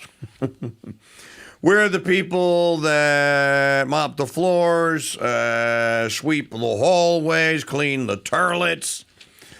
They are the people that play in the casino. And all of the money that you make, most of the money that you make mopping the floors, sweeping the floors, cleaning the toilets, cleaning the windows and what have you, cooking the food, most of that is what they use for chips in their casino.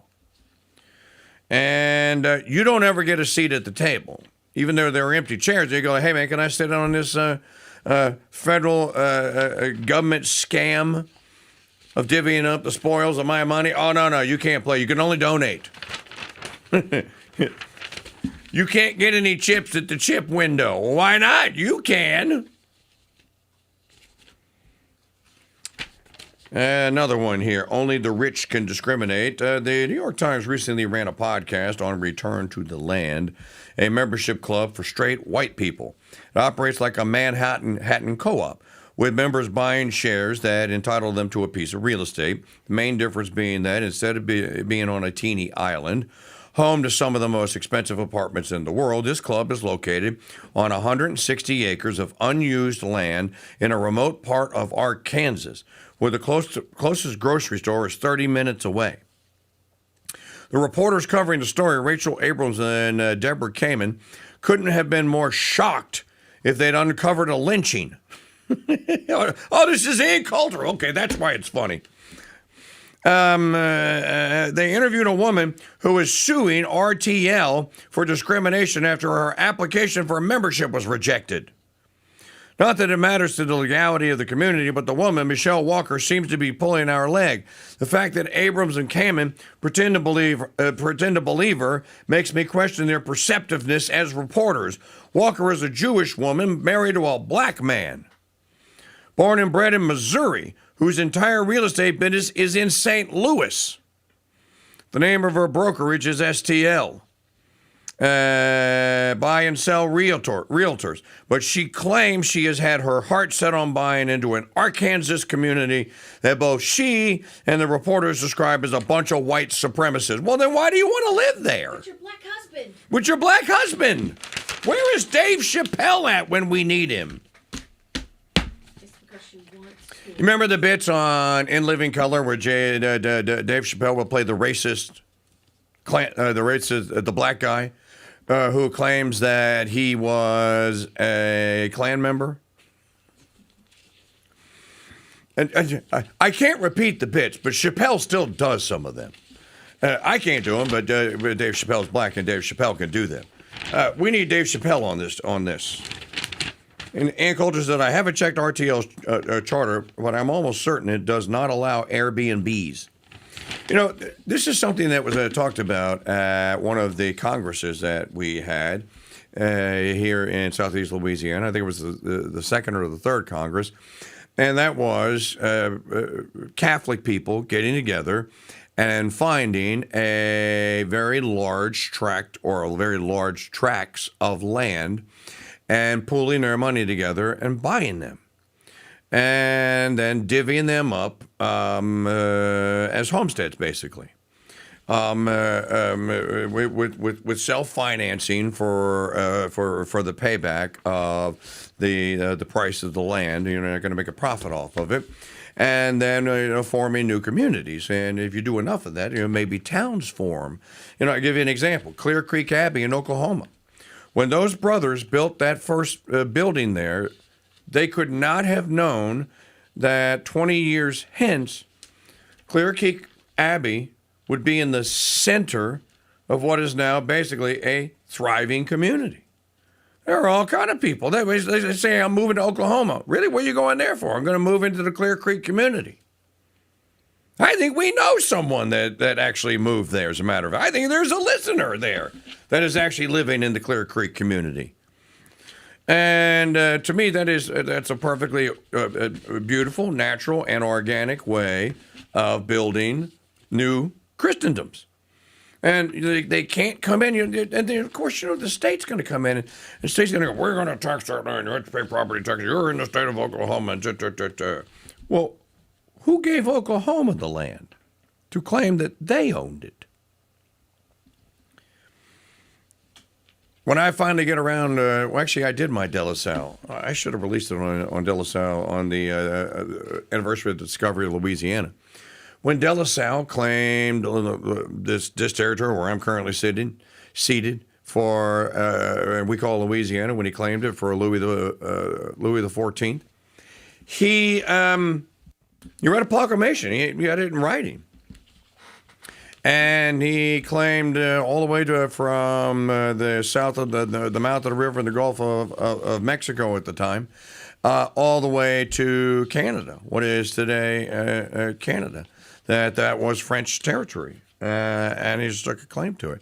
So, countries, wars are fought over land and treasure, usually, the two things. So countries have been in the practice of claiming land. Oh, you got SCOTUS stuff? Yep.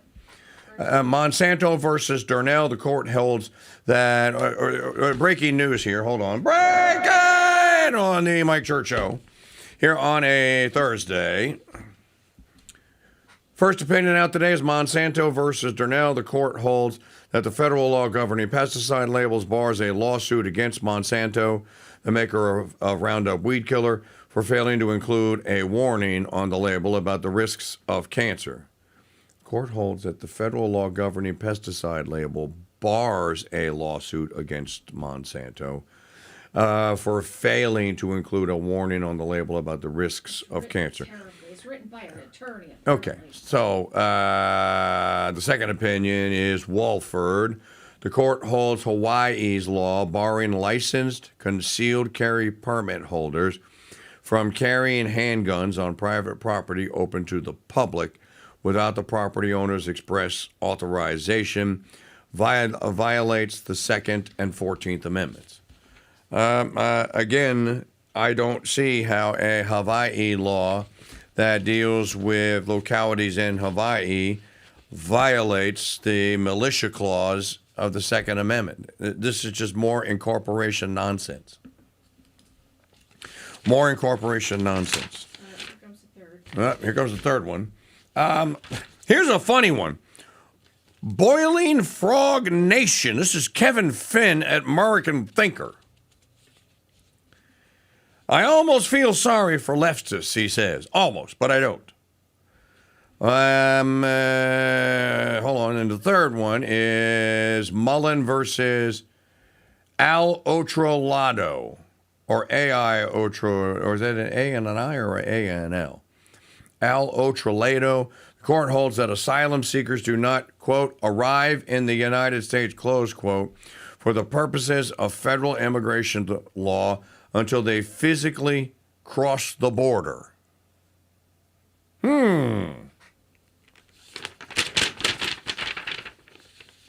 Why would this be... Okay, so you fill out the CBP-1 app, and you say that you want an asylum into the U.S., and then you're on the tarmac waiting for the plane to take you to said U.S. for asylum, and something happens and you claim you can't do that to me because I have asylum in the U.S., and whoever the military or law enforcement presence is, or where you're waiting for the plane, if they are American, would then have to obey your orders to help them. Okay, I get that. So the court is saying, no, you don't.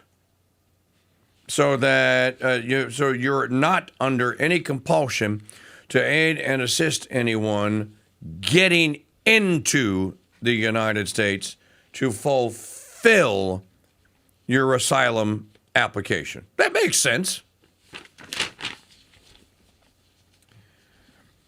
I almost feel sorry for leftists, he writes, but I don't. The reason is simple. So much of what they say and do runs counter to the core principles on which this country was founded. Over the years, I've challenged dozens of left-leaning friends and acquaintances to name the top 10 things the political left has done in the last quarter century to make America safer, stronger, more prosperous, or more united. I have yet to receive a substantive answer. One person offered a list that included Obamacare and the 2015 Iran nuclear deal. That's the JCPOA. Quick review shows that, like many Democrat initiatives, those created more problems than they solved, blah, blah, blah, blah. Conservatives have repeatedly labeled certain events the scandal of our time, only to watch legacy media minimize, distort, or bury them. So I guess this is about the frog that's in the pot that is slowly brought to a boil. So like the frog's thinking, oh, it's a hot tub. Well, this is cool. If you go down to the kettle is simmering, that's what he's talking about. Get down to where? The kettle is simmering. That's the first sentence. And then he says, the kettle is, he concludes, the kettle is simmering. The frog is growing restless. In much of Western Europe and the United Kingdom, citizens have watched their cultural foundations erode with little effective resistance. America still has some time to choose a different path. True justice demands accountability. When the guilty face no consequences and the innocent continue to suffer, trust in institutions collapses. A nation cannot endure indefinitely if a large portion of its citizens, perhaps a third to a half, work actively against its founding ideals. I'm going to go back to the beginning of the show on this, and then we're going to wrap up. The solution is not despair, but renewed commitment to demand transparency, support independent journalism, engage in civil debate, and vote for leaders who uphold the Constitution and the rule of law. Only by insisting on truth over narrative can we repair what has been damaged and secure a stronger future for the next generation. Or you could read Eric By the way, this portion of the program is still brought to you by the Win a Pound of Gold competition. The on-air part is a competition. The ticket and drawing part is a raffle. So if you bought a ticket, you're in a raffle. And next Thursday, we're going to pull a number, and one of you, whether you like it or not, is going to win my 1 troy pound of gold. But you can't do it if you don't have a ticket or 20. So please, go and get yours today. WinAPoundOfGold.com. Great second prize, a pound of silver. Third prize is a rare bourbon basket and mixer set. Fourth prize is a $500 gift certificate to Ammunition Depot. And fifth prize is coming from Census Fidelium and Steve Cunningham. So WinAPoundOfGold.com. Use your affiliate links. The easiest way to help us grow the contest is to just send using your link out to everyone you know on your social media. I follow some of you people on social media, and I know that you haven't done it. You know what? I had a friend that I came up with in broadcasting. He was a lot older than I, and he was kind of like a mentor of mine. His name was JR. JR was an old school FM radio puker kind of jock dude, and then discovered talk radio when Limbaugh got popular and started doing it. But JR was one of those guys that if the phones didn't ring, he couldn't do a show. He had to have callers, is the point. Well, as most of you know, the Mike Church Show does not rely on callers and certainly does not rely on guests. And I think that's the best way to run it, because you're not, you're tuning into this show to hear what I think about things and to hear my jokes and my take on things. And from time to time, other great people like Frank Wright and other guests or contributors that we have. But JR, when he wouldn't get calls, remember how I used to play on certain days, I'd play the Hillary Duff music, right? Yep. To get people. You know, I might have to play it tomorrow to spur Win a Pound of Gold purchases. JR would literally get the Greater New Orleans phone book out. And he'd go like, all right, am I getting any calls? Fine. Have it your way. And he'd take the phone book and he'd thumb through it and he'd go, and then he'd claim in true talk radio, entertain fashion. Okay, I'm closing my eyes and I'm pointing to, and I got a name. And then he would read the person's name. And he would say, okay, from here, I'm just going to start reading names and giving out their phone numbers. If the lines don't light up, and if you don't want me to read your name, if your name is on this page, then and it would it would work, and people would call. I've never done that. I never had to do this this show like that, but I have done it for other things. We played the Hillary the Hillary Duff music. So for tonight, on Thursday Night Throwdown, I haven't played the soundbite yet. And as I said, we don't need phone calls. Yeah. It used to upset me that I wouldn't get them, but the last 10 years, I just don't care. We just don't care. We love talking to you people. We're prepared to do all three and a half hours without any phone calls. But if you'd like to call, the line is always open at 844-527-8723.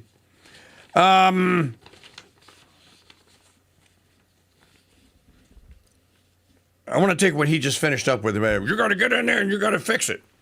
What if it can't be fixed, Kevin Finn? What if the federal magistracy just cannot be fixed? The system is so corrupt and so broken and so just... It's, you know what the term is? It's ossified. It is a fossil. It is literally hardening all around us. What if it can't be fixed? Then I think that people would be better off spending their time and their energy in admitting that. And then, look, the 250th anniversary of secession from Great Britain is coming up. Why don't we celebrate it in 250th anniversary of secession from Great Britain style and talk about secession? And talk about secede. If at first you don't succeed, try again. I started the program with this essay from Eric Moyer, and it will be in the show notes on the transcript. So if you're not a premium elite Dude Nation member, you don't have access to the transcript, well, then you're just going to have to find this some other way. But it will be in the transcript. And it's a very lengthy title. You know, I have to scroll 4.5 miles to get to the top of this page. America's Original Sin, the 1787 coup, cult of consent, and inversion of logos. Well, why contempt for law is the American tradition, and President Donald Trump only reveals it. But I think where he, and I said I had some issues with his conclusion about Satanists and Masons being behind this. You got to remember, in France, Freemasonry was launched in 1776 in France. You know, you listen to that sermon that we play from Father Hendricks every May the 1st on St. Joseph the Worker Day. So how did the Freemasons learn English and make their way across the ocean and set up camp here? Now, I'm not saying that they didn't, because I know that they did. The first Masonic lodge in New Orleans was built on Baronne Street in 1803. As a matter of fact, I was giving a talk at St. Patrick's, and a guy comes up to me afterwards. He goes, "I just have to confess, I felt so bad when you said that." He goes, my great grandfather, 9 generations back, helped build that building." I said, as a member, and he goes, "No, as a slave," but he helped to build. I said, "Well, that's not on you, dude." But I think that Eric Moyer does have a point here when he says, Augustine the Hippo does not imagine renewal emerging from within corrupted structures. In City of God, Augustine understands the fall of empires as providential judgment, exposing orders built on pride. Renewal follows judgment and exile, not gradual moralization of an inverted system. The City of God does not reform the earthly city. It outlives it. The faithful endure, detach, and refuse to substitute witness or incremental reform for the necessary break with a corrupt and illegitimate order, because truth emerges only after rubble is cleared, not rearranged. Scripture reinforces this pattern. Jeremiah teaches that God uproots and tears down before he builds. St. Paul warns of a mystery of iniquity already at work, deceiving even the elect. This is in 2 Thessalonians. History offers no counterexample. Pagan Rome was not redeemed from within. It was judged. Christendom emerged not by rehabilitating the imperial order, but from its ruins. It's an interesting point. And then St. Thomas Aquinas clarifies the moral logic in Summa Theologica, or Summa Theologia. Unjust laws are acts of violence rather than laws, binding in conscience only to avoid greater harm, never redeemed internally. When a regime's telos is corrupt, its outcomes will be corrupt. Religion directs loyalty to God alone, subordinating all political orders, lest creatures be worshipped over the Creator. Renewal follows judgment, not endless ritual struggle within a fraudulent order. This is not quietism, condemned by Pope Innocent XI in Celestis Pastor, 1687, as total passivity and abandonment of moral action. It is conscious refusal to collude with a regime whose ends are corrupt from inception. It is abstention from public rights that legitimize fraud and the redirection of loyalty toward the Catholic Church and the ordering of one's own soul. It is action without illusion. This refusal will be misunderstood, not because it lacks clarity, but because it demands something most people are not psychologically prepared to give. Many hear Christ's warning about the narrow gate and instinctively confine it to private morality or interior spirituality, assuming it does not apply to politics, nation, identity, or histoire. Yet, political identity is among the most powerful idols of the modern world. To apply the narrow gate consistently is to apply it here as well. You know, as I said, his conclusion is correct. I'm just not sure that he gets there correctly. But again, I'll play. Catholic confessional state, anyone? You cannot effect a repair on Mordor on the Potomac. You can't. It's impossible. You can't fix something that's corrupted. Now, that doesn't mean that you have to cheer on and aid and assist the collapse, because it don't happen on its own. What I think, and I'm going to read the rest of this and come back tomorrow, and we'll pick up from here. I think that, and I hope he gets to this, is to form new civilization or societies. And the only way you can do that is by positive action. As Jean Housset says in that book that our friend Commander Sharp promotes, and we still have copies in the store. It demands action. It does not demand speechifying. Speechifying is fine. You have to act. You have to form the seceded counties of America, the SCA. Why not form the SCA? Why not say, because my county hasn't seceded? Well, you get 1,000 people in your county to join the SCA, and you start going to your county board or police jury meetings and say, we want to secede. Well, no, we're not talking about that. You can't do that. Okay, well, we're just going to come back to the next meeting. And now we got 2,000 people that have signed on. We want to secede. Well, no, we're not talking about that. Just keep rinsing and repeating. This, I think, is basically this is what the founders did to do what they ultimately did in July of 1776, 250 years ago. So, folks, tonight on TNT, we're going to do American Patriot Trivia Night.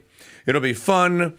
So if you'd like to join the cast and the crew, yeah, you can do so. Send me a message on the and I guess that do you know that the Mike Church Show official signal chat has not grown one member in 1 year? I need to have a boo hiss soundtrack. Not one. But if you'd like to join it, send me an email and I will send you an invite. I am KingDude at protonmail.com. Oh, there's another SCOTUS decision? This is the last one of the day. And this one is the final decision is Mullen versus Doe, a challenge to ending TPS status for Syrian and Haitian nationals. Court holds that the Syrian Haitian nationals are not, quote, entitled to orders postponing the terminations during litigation, close quote. These are basically those two cases deal with illegal immigrant, alien, criminal trespassers, and asylum seekers. So that means that Trump's policy telling Somalia, the asylum seekers from Somalia, that he can kick them out is upheld. He can. So that's actually a great decision.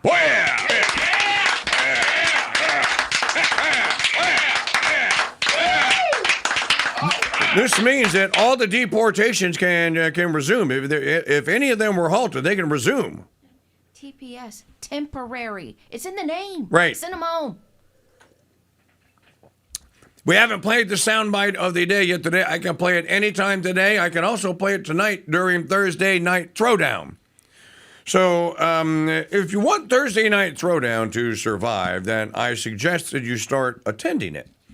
It starts at 6 Central, 7 Eastern. It's on the Crusade channel. It's on the app. It'll be on the YouTube channel. It'll be on the Rumble channel.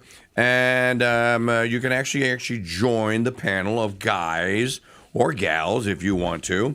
Just again, send me a message and I will send you the link. So we will do American Patriot Trivia Night tonight. And what is patriotic? Whatever the heck I say it is. That's what patriotic is. Do I get a vote? No, you do not get a vote. This is not a democracy. This here, the Mike Church Show, is a monarchy. Send any suggestions you may have for great trivia questions for us to X. All right, win a pound of gold.com. That gold is not going to win itself. So right now your odds are still better than what the gold cost. So that means that if the odds were to hold through today, someone buying an extra 100 tickets would actually be almost a smart kind of investment at the chance of winning, because you basically have a quarter of the tickets. So think of it that way. And if the odds hold, what if the odds are like last year's, 2,362? That is absolutely incredible. No raffle with such an amazing prize as a pound of gold ever has those kind of odds. Today is the feast of... What was today? I should know. I did it. Well, I didn't have to... Oh, St. William the Abbot. St. William the Abbot is today. St. William the Abbot, pray for us. And for all of you, what, you got one more? No, I just wanted to explain a little bit about the Missouri Supreme Court case. So the Supreme Court has ruled that Missouri can't require Monsanto to add cancer warnings to Roundup because federal law already requires that they use our EPA-approved label, and our current EPA label has repeatedly found no cancer risk from glyphosate. So that's what the Supreme Court based that opinion on. So they're not making a determination or opinion on whether or not glyphosate causes cancer, because it does. It's just saying that you can't make them put it on the label. Correct. That the EPA would have to do that. So Missouri was doing it. Well, you know what? You could probably have a label and force it on a label in Missouri. You could. I would do that. Yeah, you just if you're going to sell it in Missouri, you force the posting of signs. You know, I got a guy cutting my grass at Walden and West now, and he asked me, he goes, Roundup okay? On the fence post itself, and I said, absolutely not. And there was silence on the other end of the line. This is a Catholic dude. And I said, my wife and I do not use Roundup, and we don't let anyone else use Roundup on any property that we own. And he goes, oh. I said, I could explain it to you if you'd like. And he goes, some other time I'd like to hear it, but I'm kind of busy right now. So, yeah, you literally have to explain it to people. All right. Keep it tuned here to the Crusade channel. Shop at the store. Get your Win a Pound of Gold tickets. And if you want to be on tonight's Thursday night throwdown, send me an email. I am KingDude at protonmail.com. God bless you. St. William the Abbot, pray for us. God bless you all, and Mary keep you. He's got the truth on his side. Hold on. That's 2 days in a row, right? Yep. I'm going to, can you unplug the thing in the back? You're going to have to unplug and plug it back in. This is the most confounding thing. Just do them both. It doesn't matter. This is the most confounding thing, folks. In 34 years of owning Macs, never has this ever happened in the manner in which it continually happens with this one. All right, let's try it again. He's got the truth on his side. The liberals can run, but they'll never hide. He's a friend of Mr. Madison as he fights all leftisms. He supports our troops over there, stands up to the kooks from care. He's the KingDude of the nation of Dude. The red, white, and Dude Nation.